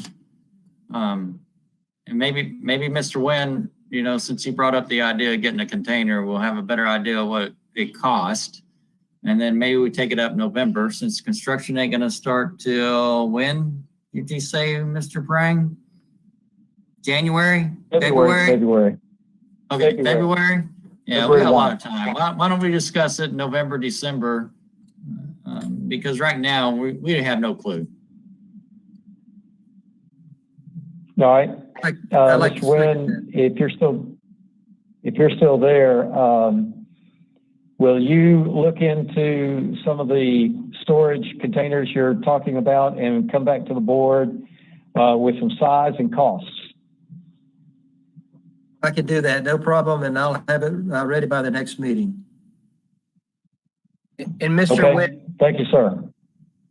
Chair, with your permission, Mr. Wynn, maybe one option to consider would be the purchase of maybe a used shed or something to that capacity, such that if we're going to spend money, it could be something that could be more of a capital improvement that the airport could use, as opposed to a shipping container that would have mobilization costs and other factors built into it. So maybe just an opportunity to spend our money wisely for storage opportunities.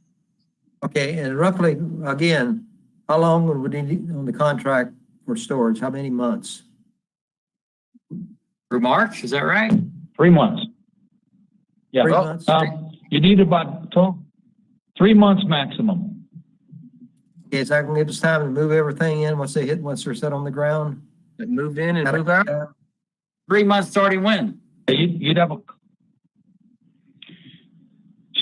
I would suggest if you're gonna bring temporary storage, you bring it 2 weeks before construction, so the pilot has 2 weeks to relocate their items. And then you're probably gonna need to keep them 2 weeks after construction's done to give the pilot a chance to move his items back into the hangar. So let me do a little work. Why don't you get the pricing? Why don't you get the pricing on one, and I'll do a little logistics work with Maria, because you won't need all of them at one time, because we're only displacing one area at a time. So we would need, if we decide to do the second part of the project, you're going to impact more pilots on the other side. So you would want to rent enough units to handle that size, but you'd need them half of them 1 month later. So.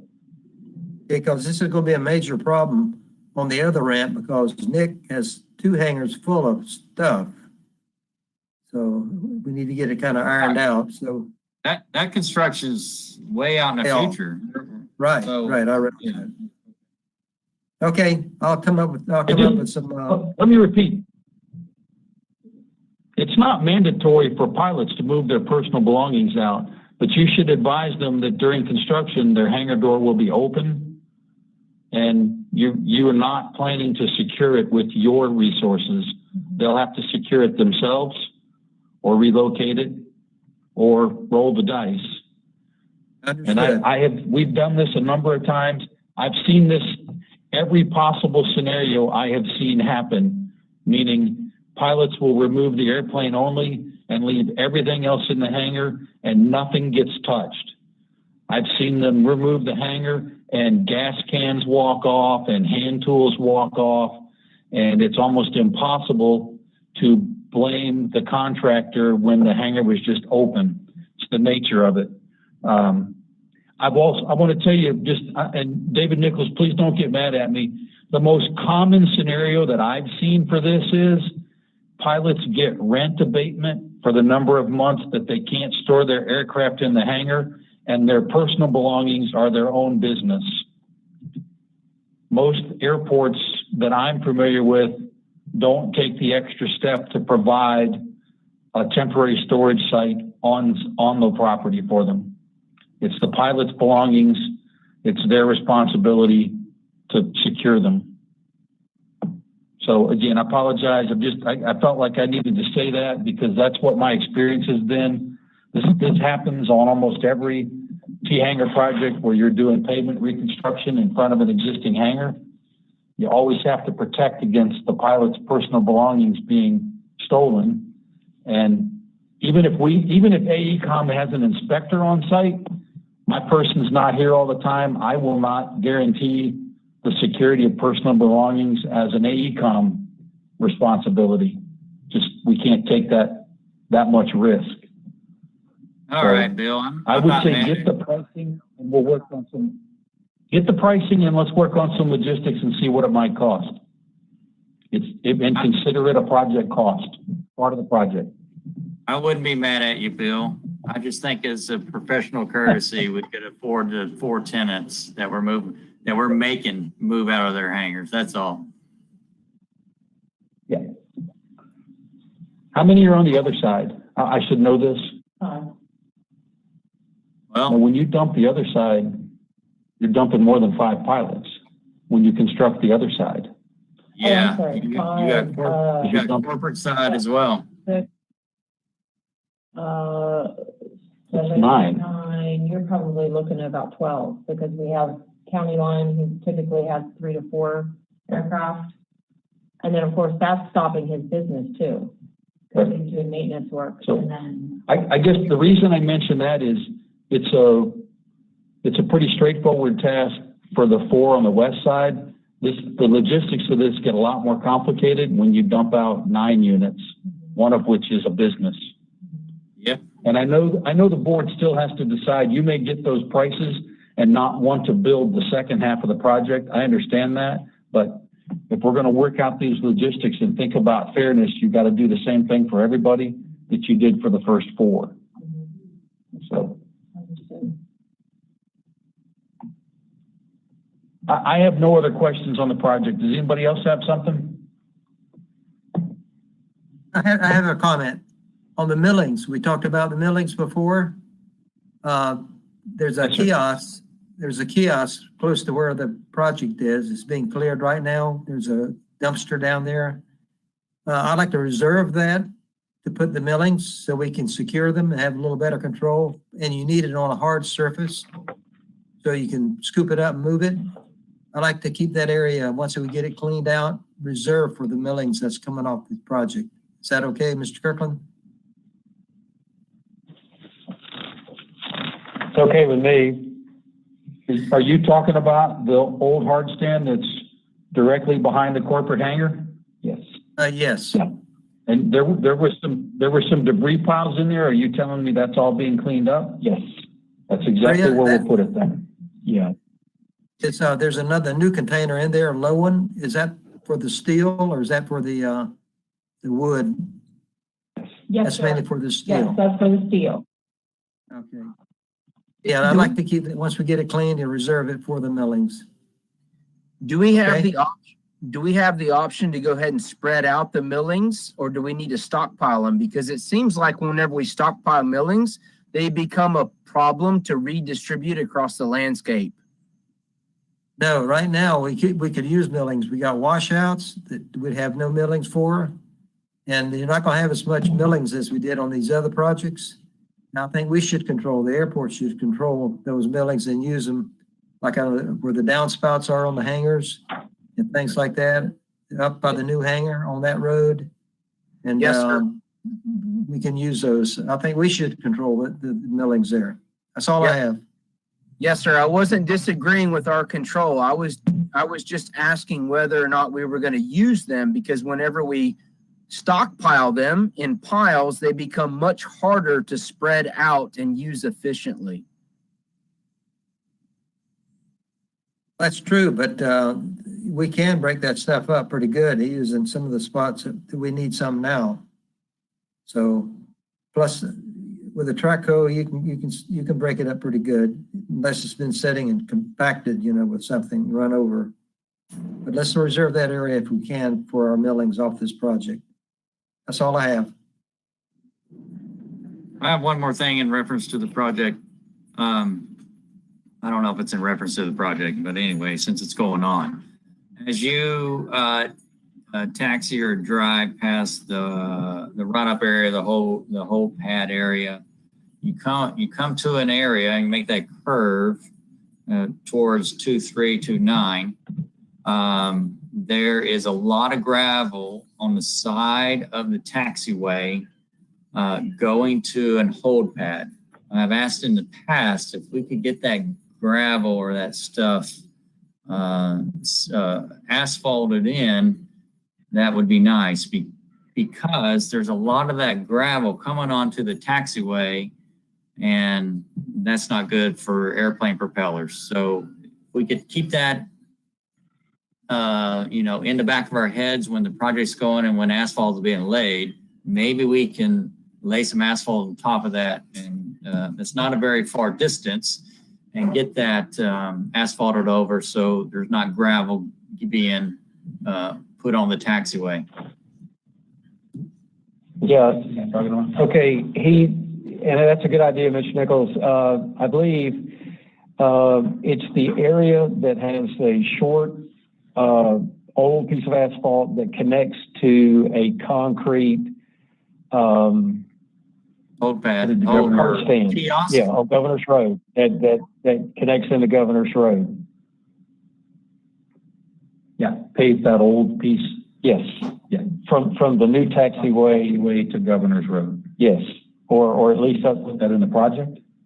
Can we? It's your money. You can do whatever you want on this project. To the asphalt, at least to the asphalt. At least to the concrete pad that was put there in 1942 or 3 or 4 or 5. So the stem, not the bubble. What? You want to pave the stem, but not the bubble of the hard stand. Yeah, I don't want to pay the hard stand. It's fine. I want to get rid of the. Okay, I want to get rid of the gravel getting onto the taxiway, and the gravel's coming from the stem going to the concrete hard stand. I got it.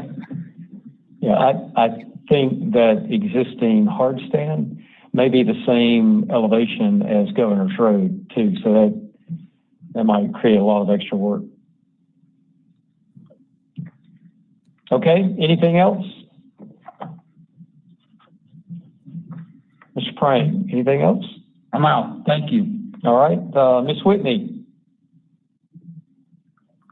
I don't have anything further. Thank you. All right, thank you, Ms. Whitney.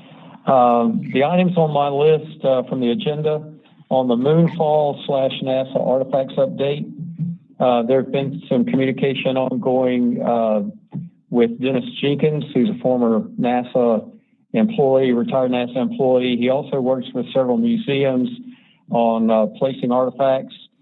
And I'm going to tag team this with Ms. Hitt, because she's had some email exchanges with him about some of the proposals. One of the things that's coming up, I will give us a heads up on this, and it may have to be before the end of the year. It just depends on how soon Moonfall finishes with the simulator and getting that equipment or those artifacts to a museum, as well as some other items. So it may require us to have a special call meeting to address those and to finalize the actions that will have to occur on the artifacts. So just to give you a heads up on that. And with that, Mrs. Hitt, how about just giving us a summary of the exchange that you and Dennis Jenkins have had about some of the artifacts and where they might be going? So Mr. Jenkins he came and visited our location a couple of times. In fact, he was here initially upon Moonfall's request to help us load the simulator pieces onto the truck and send it north up to Montreal. And from there, then he really has been quite an asset to the airport in terms of just inventorying what is here, which he had inventoried with Bob Old 2 years ago, and well, that went in the typical direction that it does with Mr. Old. So Mr. Jenkins has really committed himself back to to trying to find proper homes for a lot of these pieces. A couple of the pieces, the simulator that's located up in Montreal with Moonfall right now, the Pima Museum out in Arizona is very interested in it. They are suggesting or would like to see if Moonfall, once they're done with those pieces, if they could ship them just directly from Montreal to Arizona, which, in my opinion, makes no sense. And then there's other pieces on this end. I think we've got the Hubble telescope two pieces of the Hubble telescope trainer that's down on the 6 acres. They've expressed interest in that. They also are very interested in the Learjet that's out on the old closed off runway. They are trying to get the transfer paperwork. That still falls under GSA. So GSA is trying to work with them to get the transfer paperwork completed. So hopefully that'll be gone sooner than later. The one piece that they couldn't get approval on to ship it out to Arizona or to get it transported out to Arizona was the astronaut mover, only because DOT along the way wouldn't approve because of its height and width and all of that. So there's some pieces that he's really trying hard with us, but there's some pieces that are just not going to be able to move. So at some point, as Chair Kirkland mentioned, it might be to our advantage to come together as a board and then discuss what we want to do with some of those pieces. you know, how, if we don't find a home for them, what do we do with them? So that's what we have so far. And one of the things that we're probably going to want to talk about too is some of these museums or people who have had some interest are kind of cherry picking, if you will, the parts, and which leaves us with, for example, on the simulator, all of the steel framework that those items were mounted on in Houston, then, you know, we still got it. So in the discussions we've been having with some of these folks is we've been trying to impress upon them that it's a package deal to take everything.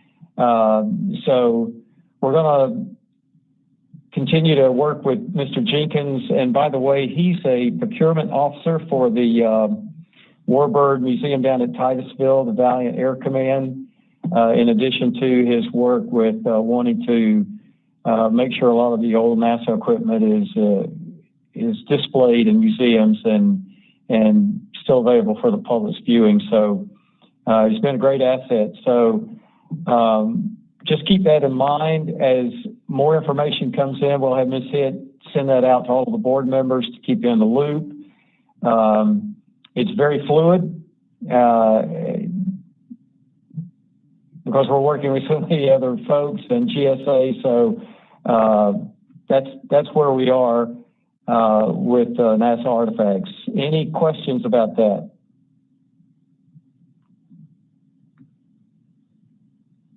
All right. The second item I have is ethics training reminder.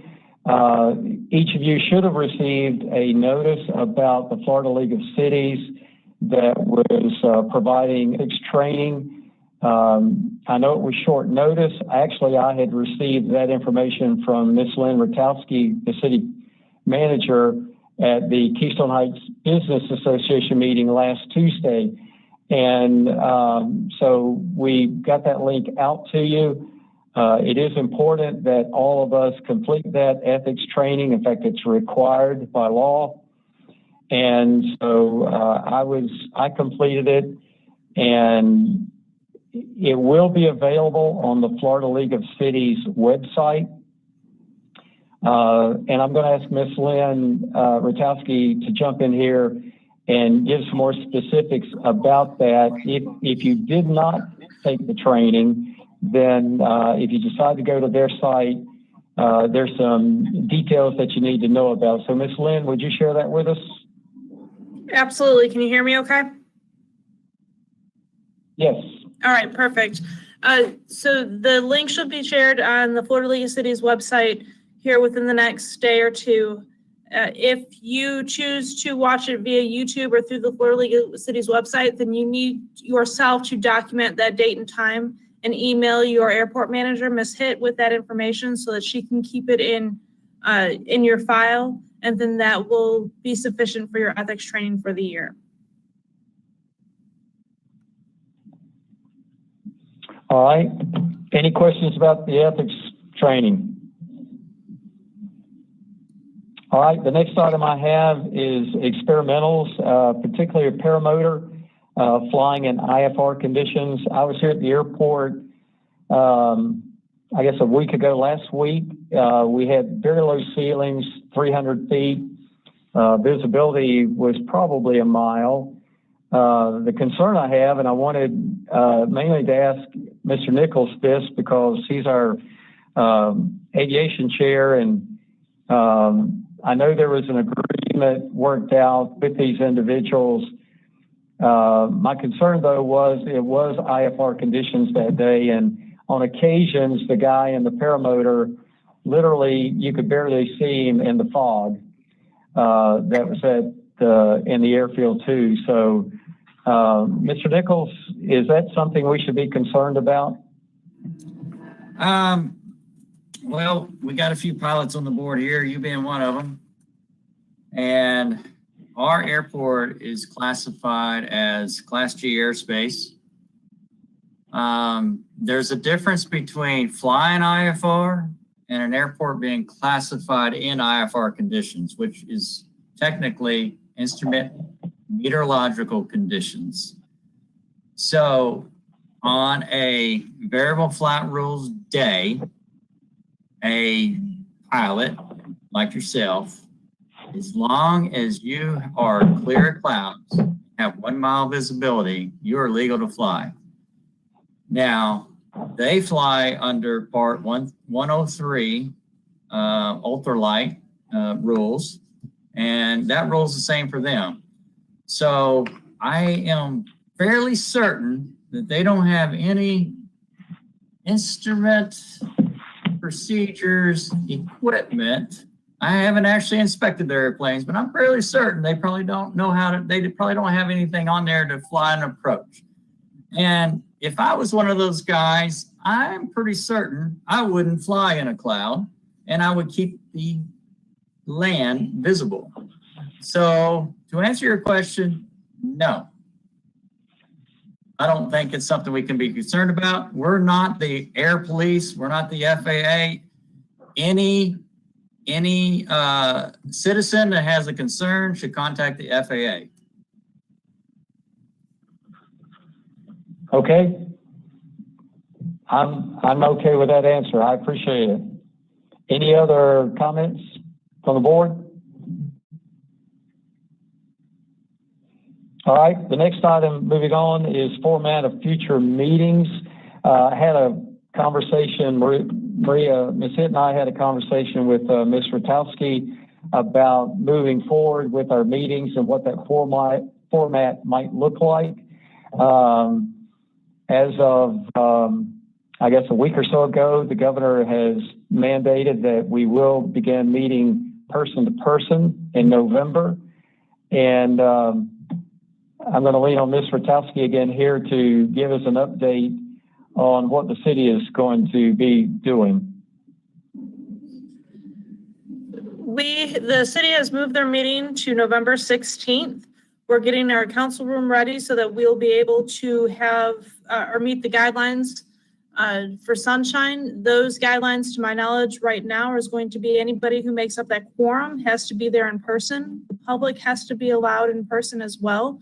We will be limiting our public access because of social distancing. We will also be doing temperature checks and questionnaires as you enter into our council room. Our meetings will be able to be viewed via YouTube within our council chambers. At this moment, I don't know that Mr. Commando or myself will be present inside the council chambers. We will be in offices elsewhere to make sure that we have enough room for our council to social distance. I'll be working with Ms. Hitt over the next couple of weeks to help set up the boardroom in a similar manner if that's the wish of the airport board. All right, thank you, Ms. Lynn. Just wanted to make the board aware that there's going to be some changes in how we'll be doing our meeting, even if it's person to person. More technology involved in videotaping and recording our meetings. So just wanted to make you aware of those items that are going to be coming up here in the near future. Any questions about that? Mr. Chairman, if I may. Yes, sir. I think the salient point there is that the members that make up the quorum must be present in person. There's two items that are going to be really important over the next couple of months is that one, your quorum is present, and two, the public is allowed access.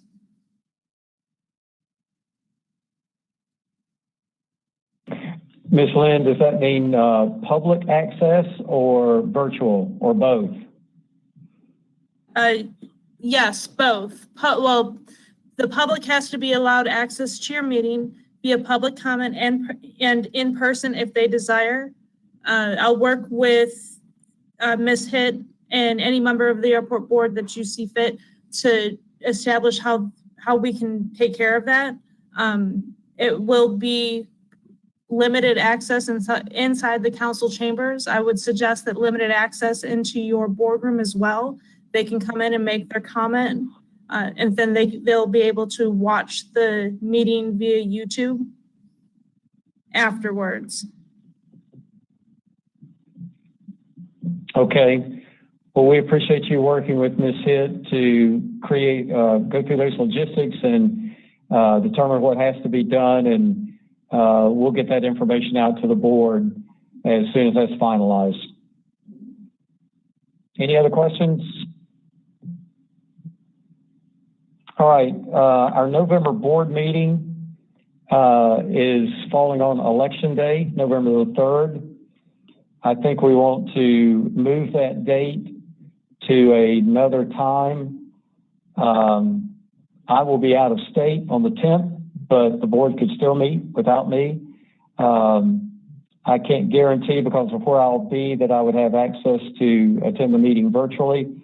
So the option is for the 10th or the 17th. So what's the board's pleasure?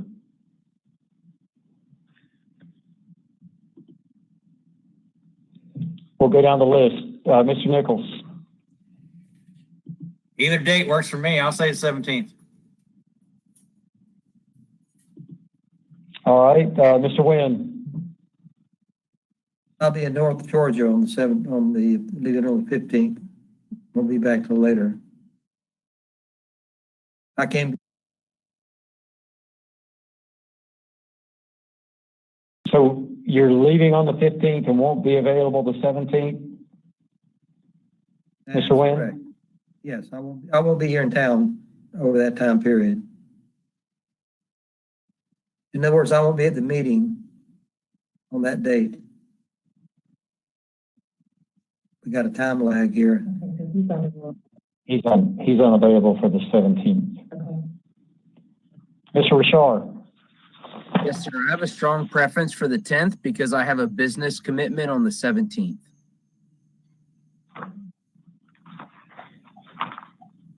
Mr. Fryer. 17th is good for him in the comments. All right. Thank you, sir. And Mr. Cornegay. Either the 10th or the 17th is good for me. And Captain McDowell. The 17th is probably going to be best for me. All right. And Ms. Rotowski. If I may weigh in on that, the 17th would work best if I'm going to be working with Ms. Hitt to get the technology up in the boardroom. Okay. All right. Looks like the majority can be available for the 17th. So if you'll put that on your calendar. And Mr. Wynn, if you have the capability where you'll be, if you could join us virtually, that would be good too. Be in a cabin way out in the woods in North Georgia. They got running water though, that's it. Okay. All right. All right. While we're talking about meetings, let's talk about another meeting. Our January meeting for 2021 falls on, I think, the 4th, 5th.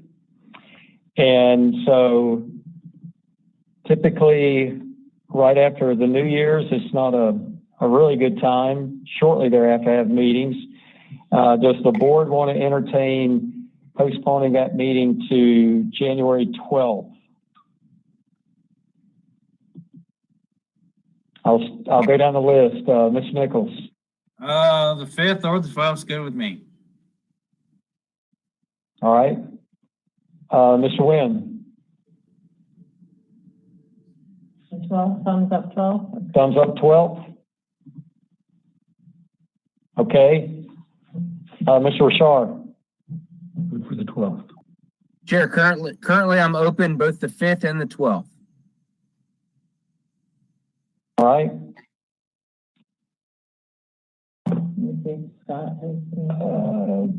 He said either one's good. All right. Thank you, Mr. Fryer. Mr. Cornegay.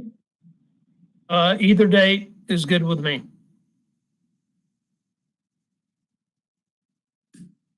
Bill, you're I serve at the pleasure of the board. All right, Captain McDowell. Probably, yeah, the 12th is fine for us. All right.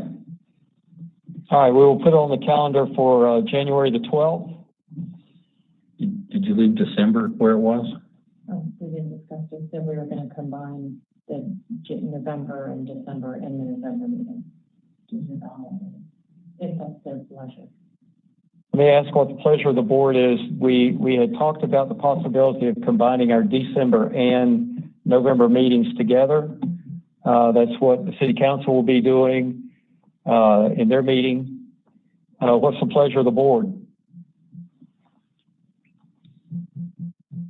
Combining the meetings works for Mr. Nichols on the 17th.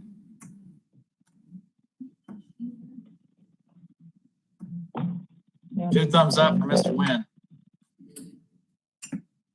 Thumbs up for Chad. Mr. Cornegay concurs on the 17th. Pryor concurs. All right. All right.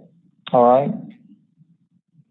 So we'll do the combined November, December meeting on November 17th. Okay.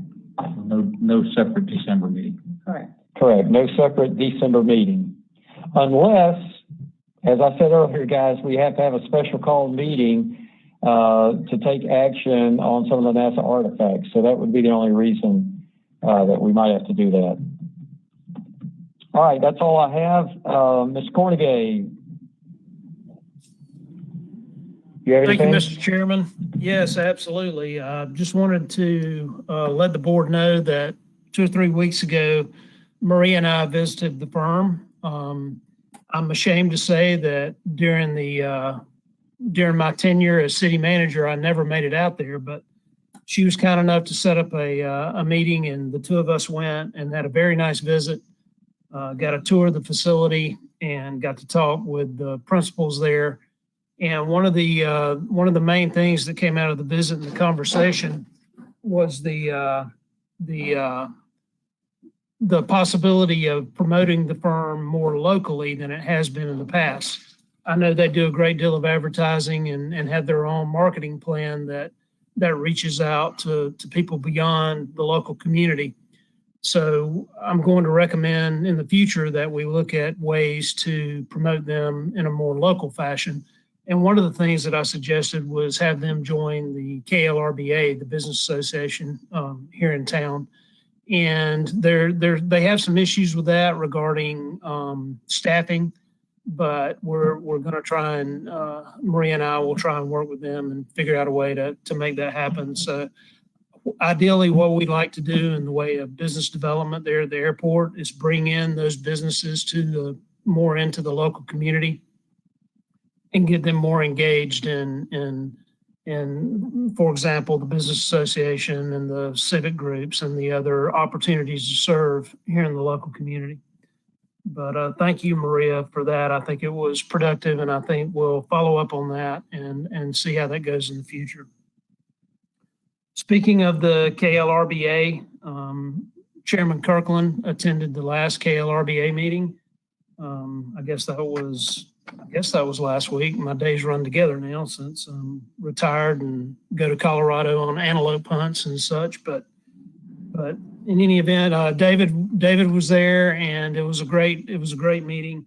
And I would just encourage any member of the airport authority that would be interested to come and attend one of the KLRBA meetings. We have a corporate membership as the airport authority, which means that any member of the board can come, and all you have to do is pay for your lunch, which is typically $10. The next opportunity is on November the 12th. It's a Thursday. It's a departure from the normal Monday meetings, and the reason for that is this is a mixer. The KLRBA has mixers quarterly, and this quarter's mixer, as I said, is November the 12th at Northways Seafood and Steaks. It's the new restaurant on 21, just across from Johnny's Barbecue. The only other thing I have, and I don't know if Lynn is planning on talking about this or not, but we heard earlier tonight from RS&H regarding the study that was funded by the TPO. That was a direct result of the city manager, the previous city manager's relationship with the TPO and having a seat on the TCC, the Technical Coordinating Committee.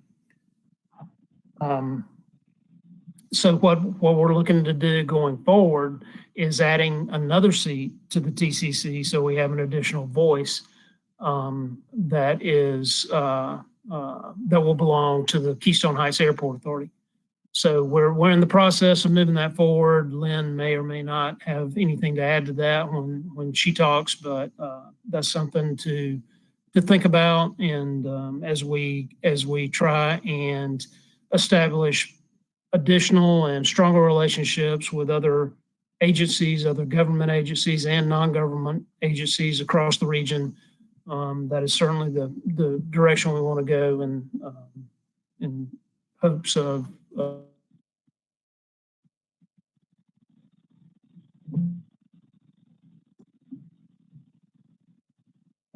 I think we lost, Scott, we've lost the audio. Lost your sound.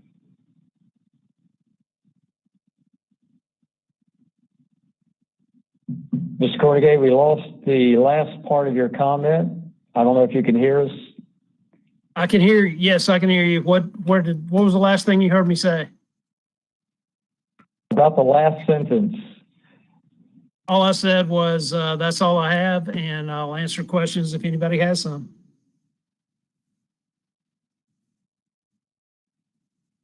Any questions for Mr. Cornegay? All right, thank you. Mr. Rashar. Yes, sir, Mr. Chairman. As I committed, I've been investigating options for a 5-year forest management plan, and I spent some time coordinating with University of Florida professors. I have received some feedback from master level students, graduate students in the forestry program. I've coordinated with 2 of them, and we have been back and forth. The goal, the intent, the plan is to evaluate and vet that option. As I've discussed with the board in the past, I think that it will be imperative that we could develop a 5-year management plan. Unfortunately, it is beyond a task that I think I could complete within a reasonable amount of time. I do think that it's a valuable project. I do think that it would provide a segue into University of Florida. And essentially, the goal would be to evaluate what we have available from a resource perspective, what we have done in the past, and then what we could anticipate in the future. And so I have communicated with 2 potential candidates, and they are awaiting some level of participation and commitment from their coordinators. And my goal is that by the time we meet next is that we have a candidate to discuss, and we can further vet their commitment, what they're requesting, and then our objectives. I will develop those objectives and present those to the board and ask for your consideration and approval. But essentially, the University of Florida is not operating at the same capacity that it has in the past, unfortunately, and they have a lot of problems with meeting in person with their graduate student coordinators. However, I think that we can overcome this. So with any luck, with any spirit, with all my resources, I should have an update for you in November.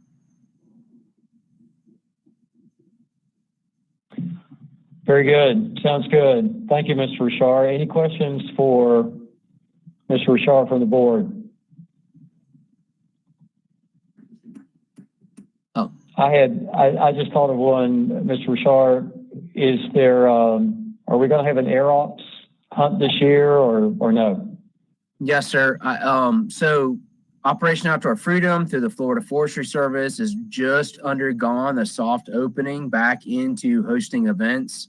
I received a phone call from David Hunt 2 weeks ago At this point in time, we do not have the resources nor the capacity to follow the guidelines provided by the Florida Forestry Service, such that we can offer independent type of overnight stay.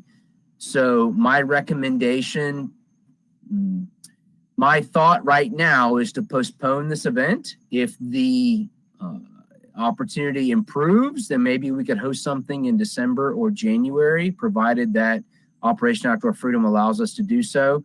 But at this point in time, I'm very concerned about following all the guidelines set forth by the Florida Forestry Service _ Operation Outdoor Freedom. Okay. Thank you, Mr. Shar. Yes, sir. Mr. Fryer. Someone, Chad. okay. All right, Chad, you finished?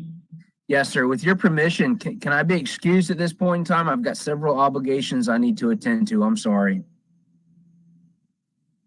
Yes. Thank We'll you, let sir. the record indicate that Mr. Rashar left the meeting at 8:26. Thank you, Mr. Rashar. Mr. Fryer.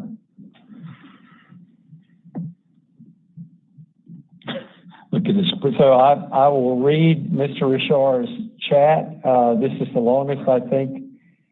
I'm sorry, Mr. Fryer. This is the longest I think I've ever gone without speaking in my waking hours. I do not have anything to add during my normal opportunity to speak. Thank you. Thank you, Mr. Fryer. We appreciate you. All right, Mr. Nichols, I think we covered the Cessna C-47 and Cessna 337. Yes, we did. What's your second item? Okay, I got some proposed communication, hopefully improvements or just ideas, so to maybe increase the transparency of what's going on at the airport. So I'm throwing these out there as ideas. So my first one, all right. In an effort to not have what happened to Mr. Blake happen to the rest of the board members, on the agenda next to all board members' names, put the expiration date of the board member's seat. Okay. In addition, put the seat each board member is sitting, and I mean, like, I think I said seat 3. I'm not sure I've heard that, but you know, seat whatever it is, and maybe the county that I sit, and like I'm in Bradford, and I don't know what the hang on, I gotta shut up a dog.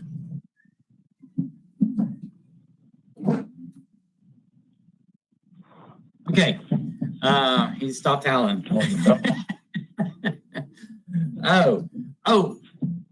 And maybe the county, I don't know what the criteria is, how many Bradford we need, how many Clay County we need. But I should have started with this on a personal note. 34 years ago, I arrived at Coast Guard Training Center, Cape May, New Jersey, and started my Coast Guard career. That's why I'm in my Coast Guard uniform, top-wise anyway. Anyway, it feels like I put it on yesterday. So you guys are celebrating my Veterans Day with me. Thank you very much. So I'll get back to my proposed communication improvements. So I would like to see that on the agenda next to our names. So everyone would know when our seat is expiring. That's one of the items that I am proposing. Number 2, notices. Okay, I would like to know via email anytime a notice is posted, whether it be the airport posting them or the city posting them in reference to anything involving the airport. So like a board member seat that gets posted at the city level, I would like a professional courtesy and all the board members to know that was posted.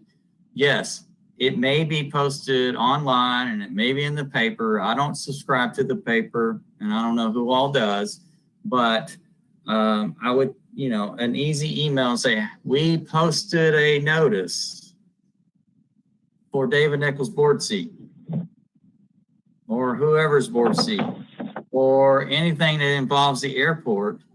I would just like a heads up because I really don't know anything about the timelines and stuff. And I don't know about the other board members, how the timelines for when a notice is posted, the timeline's gone by, and then something is voted on it. So I would, with that said, though, if maybe the airport manager or the city manager or Mr. Cornegay, because he used to be a city manager, in a future board meeting may give us a brief on how the notice process works. And that, that would be information I'd like to know. And I don't know about other board members, but that'd be information I'd like to know. And I know some notices last 3 days, like the meeting starts, there's a board meeting and I guess it's 3 days or 2 days, I don't know. And then maybe a notice from the city about a seat being open. You guys tell me, is it 30 days and then the city votes? I don't know. So if we could get some kind of, maybe some training on that, I would like that.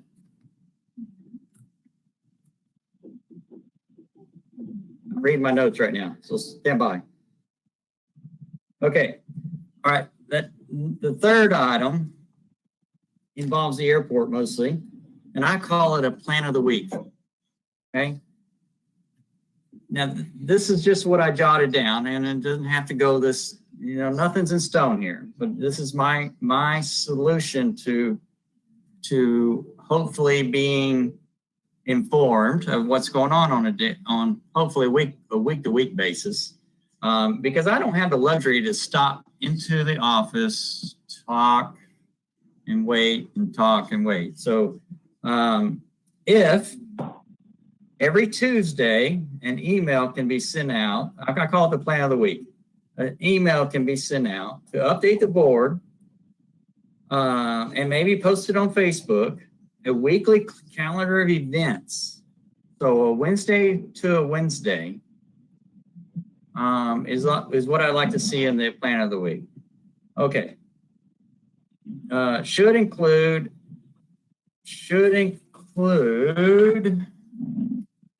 daily accounts of events scheduled.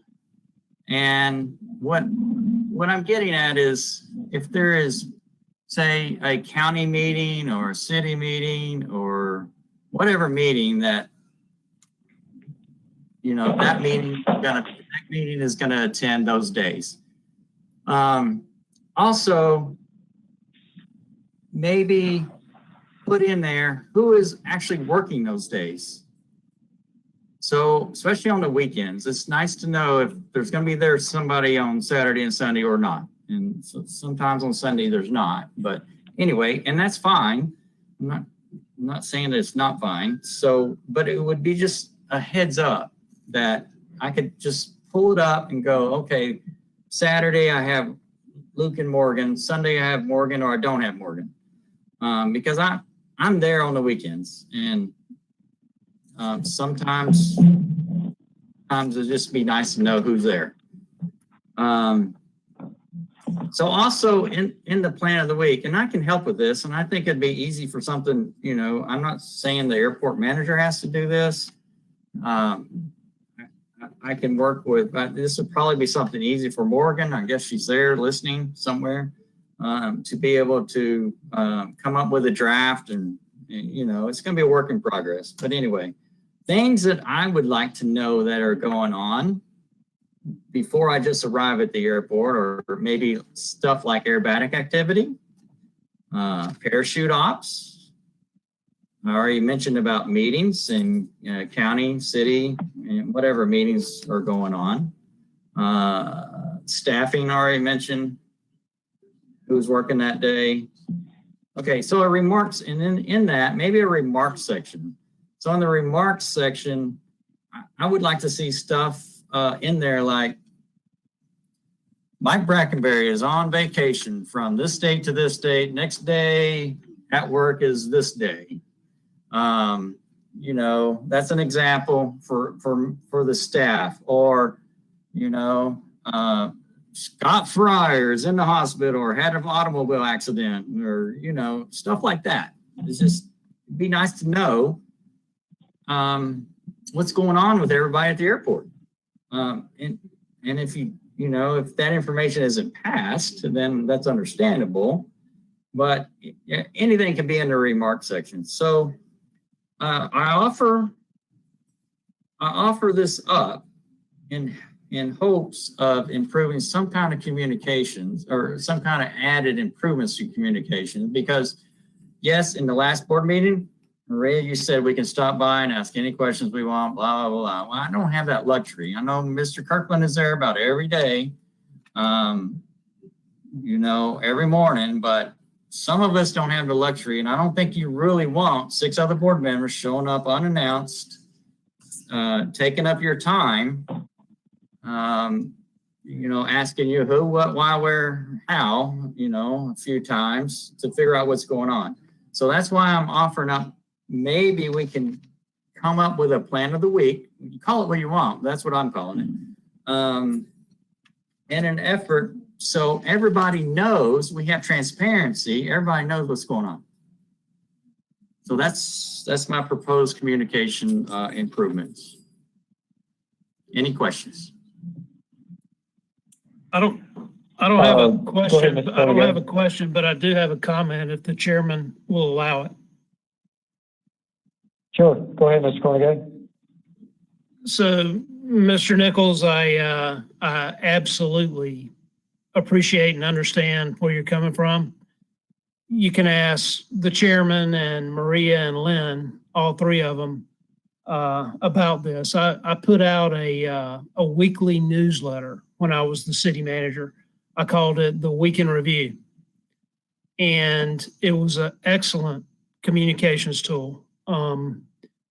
It provided me an opportunity to not only communicate with the city council as a whole, but also other stakeholders. I sent it to other non-governmental agencies and partners in the community, and it was a way to communicate and bring our stakeholders into the conversation. All that was great. It served me well for over 4 years. Let me tell you the downside to that. I spent anywhere from 6 to 10 hours a week composing it. It was an effort. It was a real effort. I continued to do it despite the effort because it was so beneficial, and I thought it was good for the government, for the city government. I think the question would become whether or not the airport staff would have that sort of time and the ability to commit to something like that. If they could, it's great. I'm telling you, it's great. I got so much mileage out of it.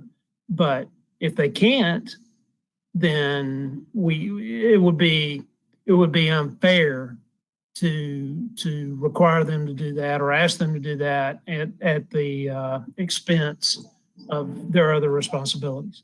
So I just want to throw that out there from personal experience so that you and the rest of the board has an opportunity to think about it. Okay, well, one comment. I'm not looking for a weekend review. I'm looking for a week forward. What is projected to happen? And I know that would change. That's all I'm looking for. Not a weekend review, is what is on the schedule, emailed out to us, who is staffed, and maybe if there is somebody's out on vacation or they have a family emergency or something like that, to include staff and board members in this document. I'm not looking for a weekend review. I already know I'm assuming if I know what the weekend review had, if I lived through that week, I know what happened previous. I'm just looking for a week forward and what is projected to happen. That is what I'm looking for. Mr. Nichols, we do have an ability through, and I believe when we first started with Google email, we have a calendar that Mike and Lonnie and myself and Morgan all share. And there is a way certainly for the board members to tie into that as well. So we'll get that out to you as an invite. So you'll be able to see when I have meetings, when Mike has meetings, when we have aerobatic. I mean, we keep everything on that calendar. So I don't want anybody to think that we're just, flying on the seat of our pants on a daily basis. We're not. If we're on vacation, it's on there.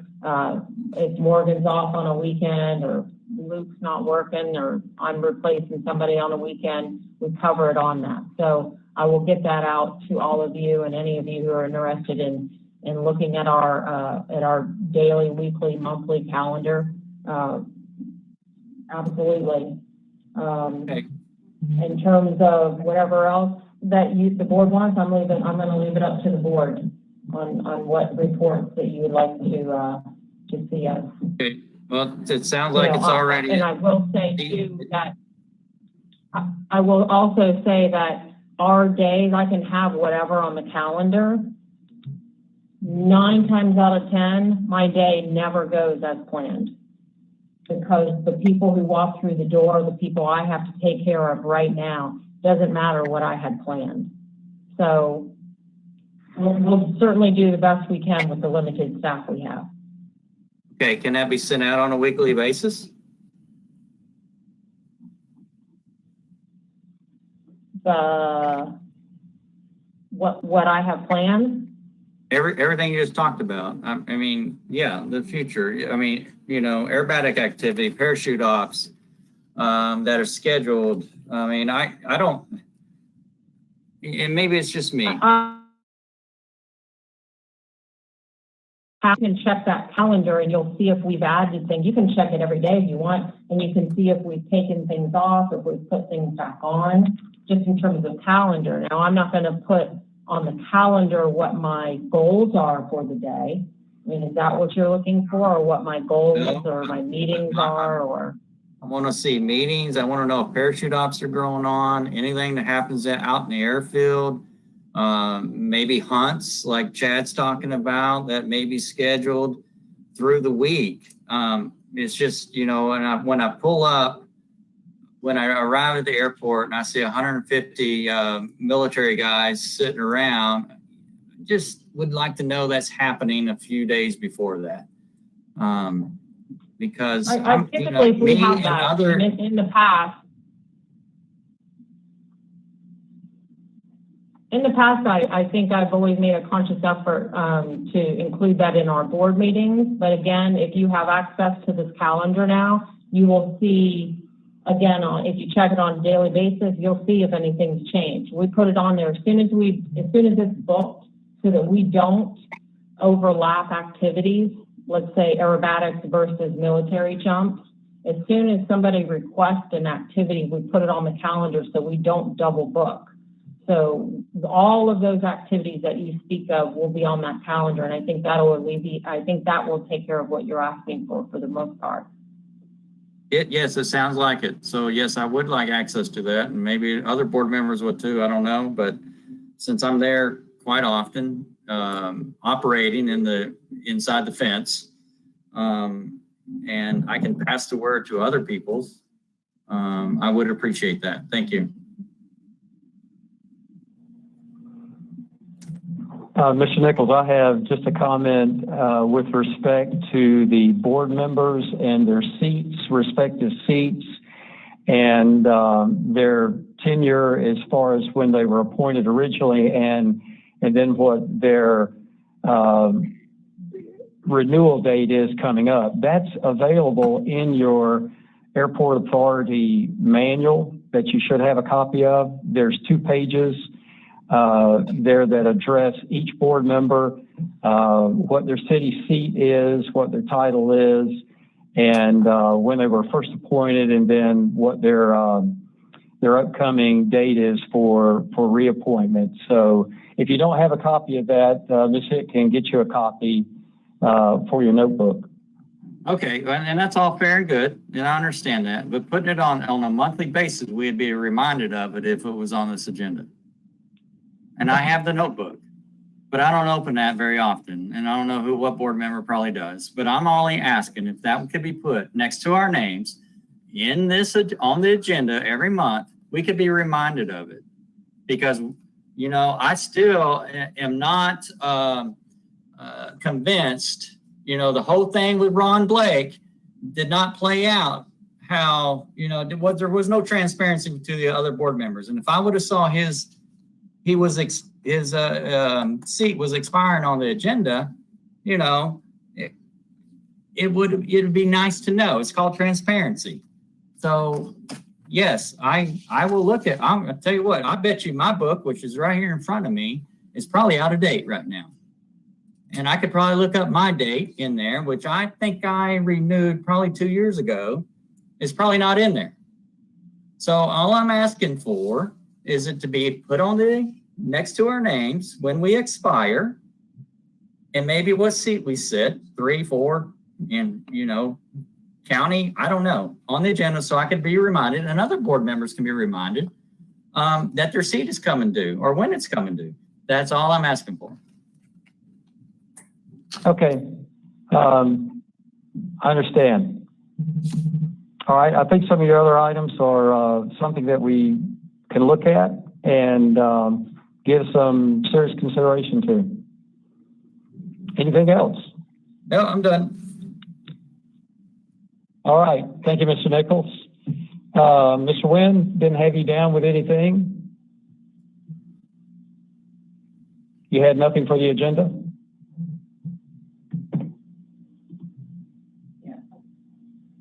Can't talk. Now I can talk. I thought it was Scott for a minute.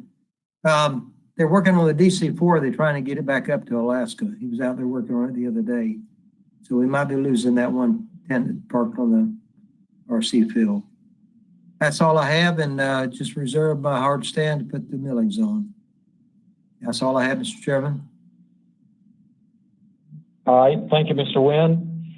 Captain McDowell, what's happening at Camp Blanding?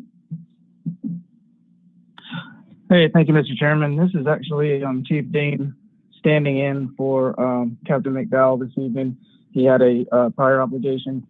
What we did want to bring to the board's attention, we've made preliminary, I mean, it's still in its very infancy stages, but it would impact you guys. So obviously, y'all are familiar with 2903 Alpha and Bravo that we have here covering the majority of Camp Blanding. The buffer that we have between the airport and our restricted airspace, there is a small segment that we would like to try to get the FAA to bless off on if it doesn't affect y'all's operations. Down there, it's actually just to the east of you guys. It's the leg that goes out before you get to 2903 Charlie, which I don't have my Teams or GoToMeeting set up, so I can't share an image. But I'll be happy to email it to any of you. I think Cap McDowell has all of y'all's contact information. In either sense, we want to add about 2,000 meters of airspace, but we don't want to encroach on you guys. So this is just kind of don't know if you guys have any real hesitation towards it. The problem that we have is the FAA does not want us to raise up 2904, which is up on North Post. They don't want to take that up higher than the 1799 that we have, but we currently cannot fire any long-range artillery, which prevents units from reaching qualification gates. By adding on that space down south, we would be able to accomplish that gate of getting the long-range artillery fire. So I just wanted to put that out there and see, just off the top of y'all's head, is there any major concern with coming to the west towards you guys about 2,000 meters down there? Okay, Captain, I think, right? This is David Nichols I sit the aviation chair, so I don't speak in meters very well my whole life. So how many feet would that be? You're talking about roughly 6,000 feet. Okay, west. So about a mile. So a little over a mile. Correct. Okay, and you're working with the FAA, or you're going to work with the FAA to try to get that approved, correct? Correct. As long as, again, there's no Okay, I'm just trying to. problems with it. I'm talking to you and trying to pull up an aeronautical chart at the same time, so bear with me.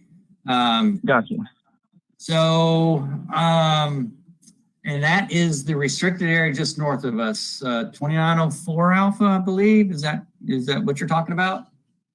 2903 Alpha. Should be that. It's missing that little piece of pie.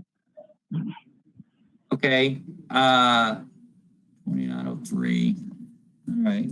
So I'm having problems on pulling this up, which on a normal day I wouldn't feel under pressure and I'd get it up. But anyway, and don't take that literally. Okay, so I got it. 2903. You want to push 2903 Alpha west towards the airport a mile. Correct. Okay. Wow. All right. Well, that gets it a little closer. That's for sure. So right now, what are we from the center of the airport? What are we? Oh, I honestly don't even know. I think last time when I looked at the map, it was about. I think you guys are about maybe 4,000, 5,000 meters away. I can't judge. I don't have it in front of me.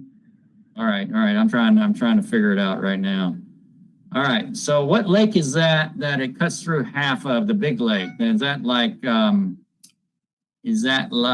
Magnolia or Lowry or I don't know all the names of the lakes. Yep. You're looking at Magnolia Lake. So basically, what we would be looking to do where that leg comes down. Yeah. Go ahead. Oh, no. Where that leg comes down right now, we would just want to swing it out. Like I said, about a mile closer to you guys. Even if we have to shave off some of the bottom, that's fine. What we're trying to do is encompass that bottom portion of Camp Blanding, the right hand southern border, basically, so that we can fire that artillery out of Griffith Loop. Okay. So right now I'm seeing it to be about 3 miles. And this is a rough estimate on how it looks on my aeronautical chart. So maybe me and you and whomever else want to get together, in a near future date and get a better idea of what that looks like. Because sure. Right now the traffic pattern can go halfway across the lake. I mean, we don't do that. I mean, most small planes don't make it that far out. I'll put it to the lake. Maybe the shoreline on our side is probably the furthest we go out during the traffic pattern. But we're going to have P3 Orions operating out of our airfield, hopefully. And they're there right now, but hopefully operating in the near future. And if they need to land on runway 23, there is a possibility they could intrude in the restricted area if it was moved another mile. So maybe myself, you, and a representative from I guess the pilot. The pilot's part of the MHD Rockland, and maybe MHD Rockland as well, need to sit down and see what we're looking at and what you're proposing before we can make a decision. That sounds good. Okay. Miss Hitt has my contact information, and be more than happy to schedule this and get it figured out so all parties can agree to a good agreement. Absolutely. No, that would be fantastic, because I wanted to make sure that I brought it to y'all's attention since I was filling in for Captain McDowell before it even gets any traction, to it, because I didn't Right. want anybody being, blindsided or whatever. Yeah. But No, love the heads up. Any heads up is great. I love the heads up. all right, I appreciate it. All right, look forward to hearing from you. Yes, sir. Thank y'all. All right, anything else, Chief? No, sir, that's it. I'm good. And can we get your name again? Yeah. Sir? Yeah, I am CW3 Jamal Dean, Jamal, first name, last name, Delta Echo Alpha November. And I'm actually the Major Brothers, when he was out there sitting on the board, he actually wanted me to get involved in these meetings because I am the installation, airspace, and air traffic officer. However, now I'm outbound for Northrop Grumman, so you'll have another one coming in behind me. Good old military. Okay. All right. Well, thank you, Chief Dean, for the heads up, and thank you for your service. And Mr. Nichols, thank you for your service wearing your Coast Guard uniform tonight. So thank you. Anything else, Chief? No, that's it. Thank you, guys. All right. Thank you. Ms. Hitt. I'll make this as quick as I can because it's 8:57 and it's been a very long evening. In terms of facility report, just to get everybody up to date, most of you know we had a lightning strike that took out the Snoopy house, which is our pump up on the hill. That's been repaired. That fell under insurance, so we're being reimbursed for that. Mike called Creative Concrete. If you remember, there was a project that we put out there to have the trench or the ditch cleared.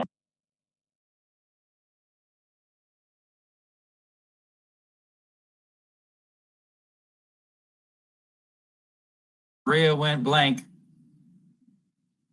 No audio.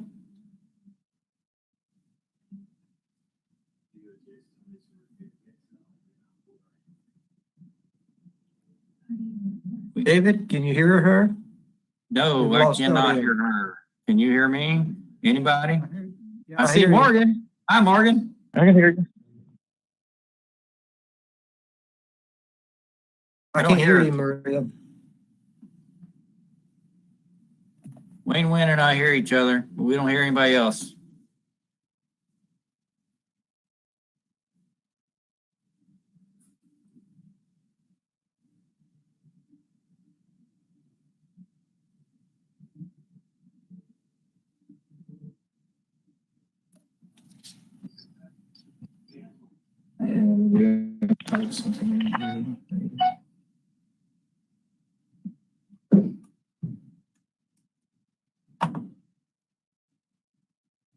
Which one is Keystone? Oh, that's Morgan.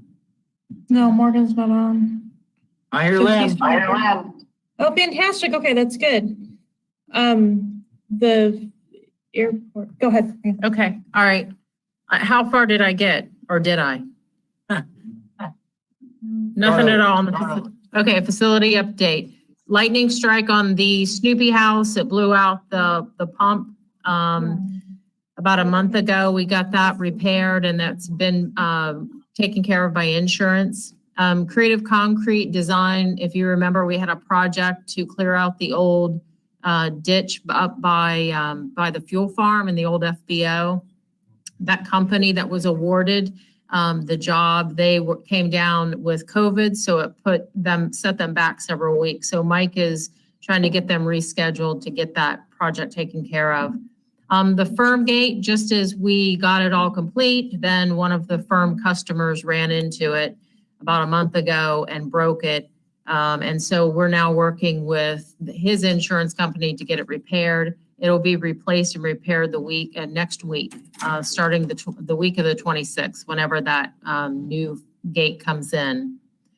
The beacon light was inoperative. Mike, we called the TCA Electric out of Georgia who installed it. They came in, I believe it was last week or about 10 days ago. They replaced the photo cell on top of the tower and the light bulbs.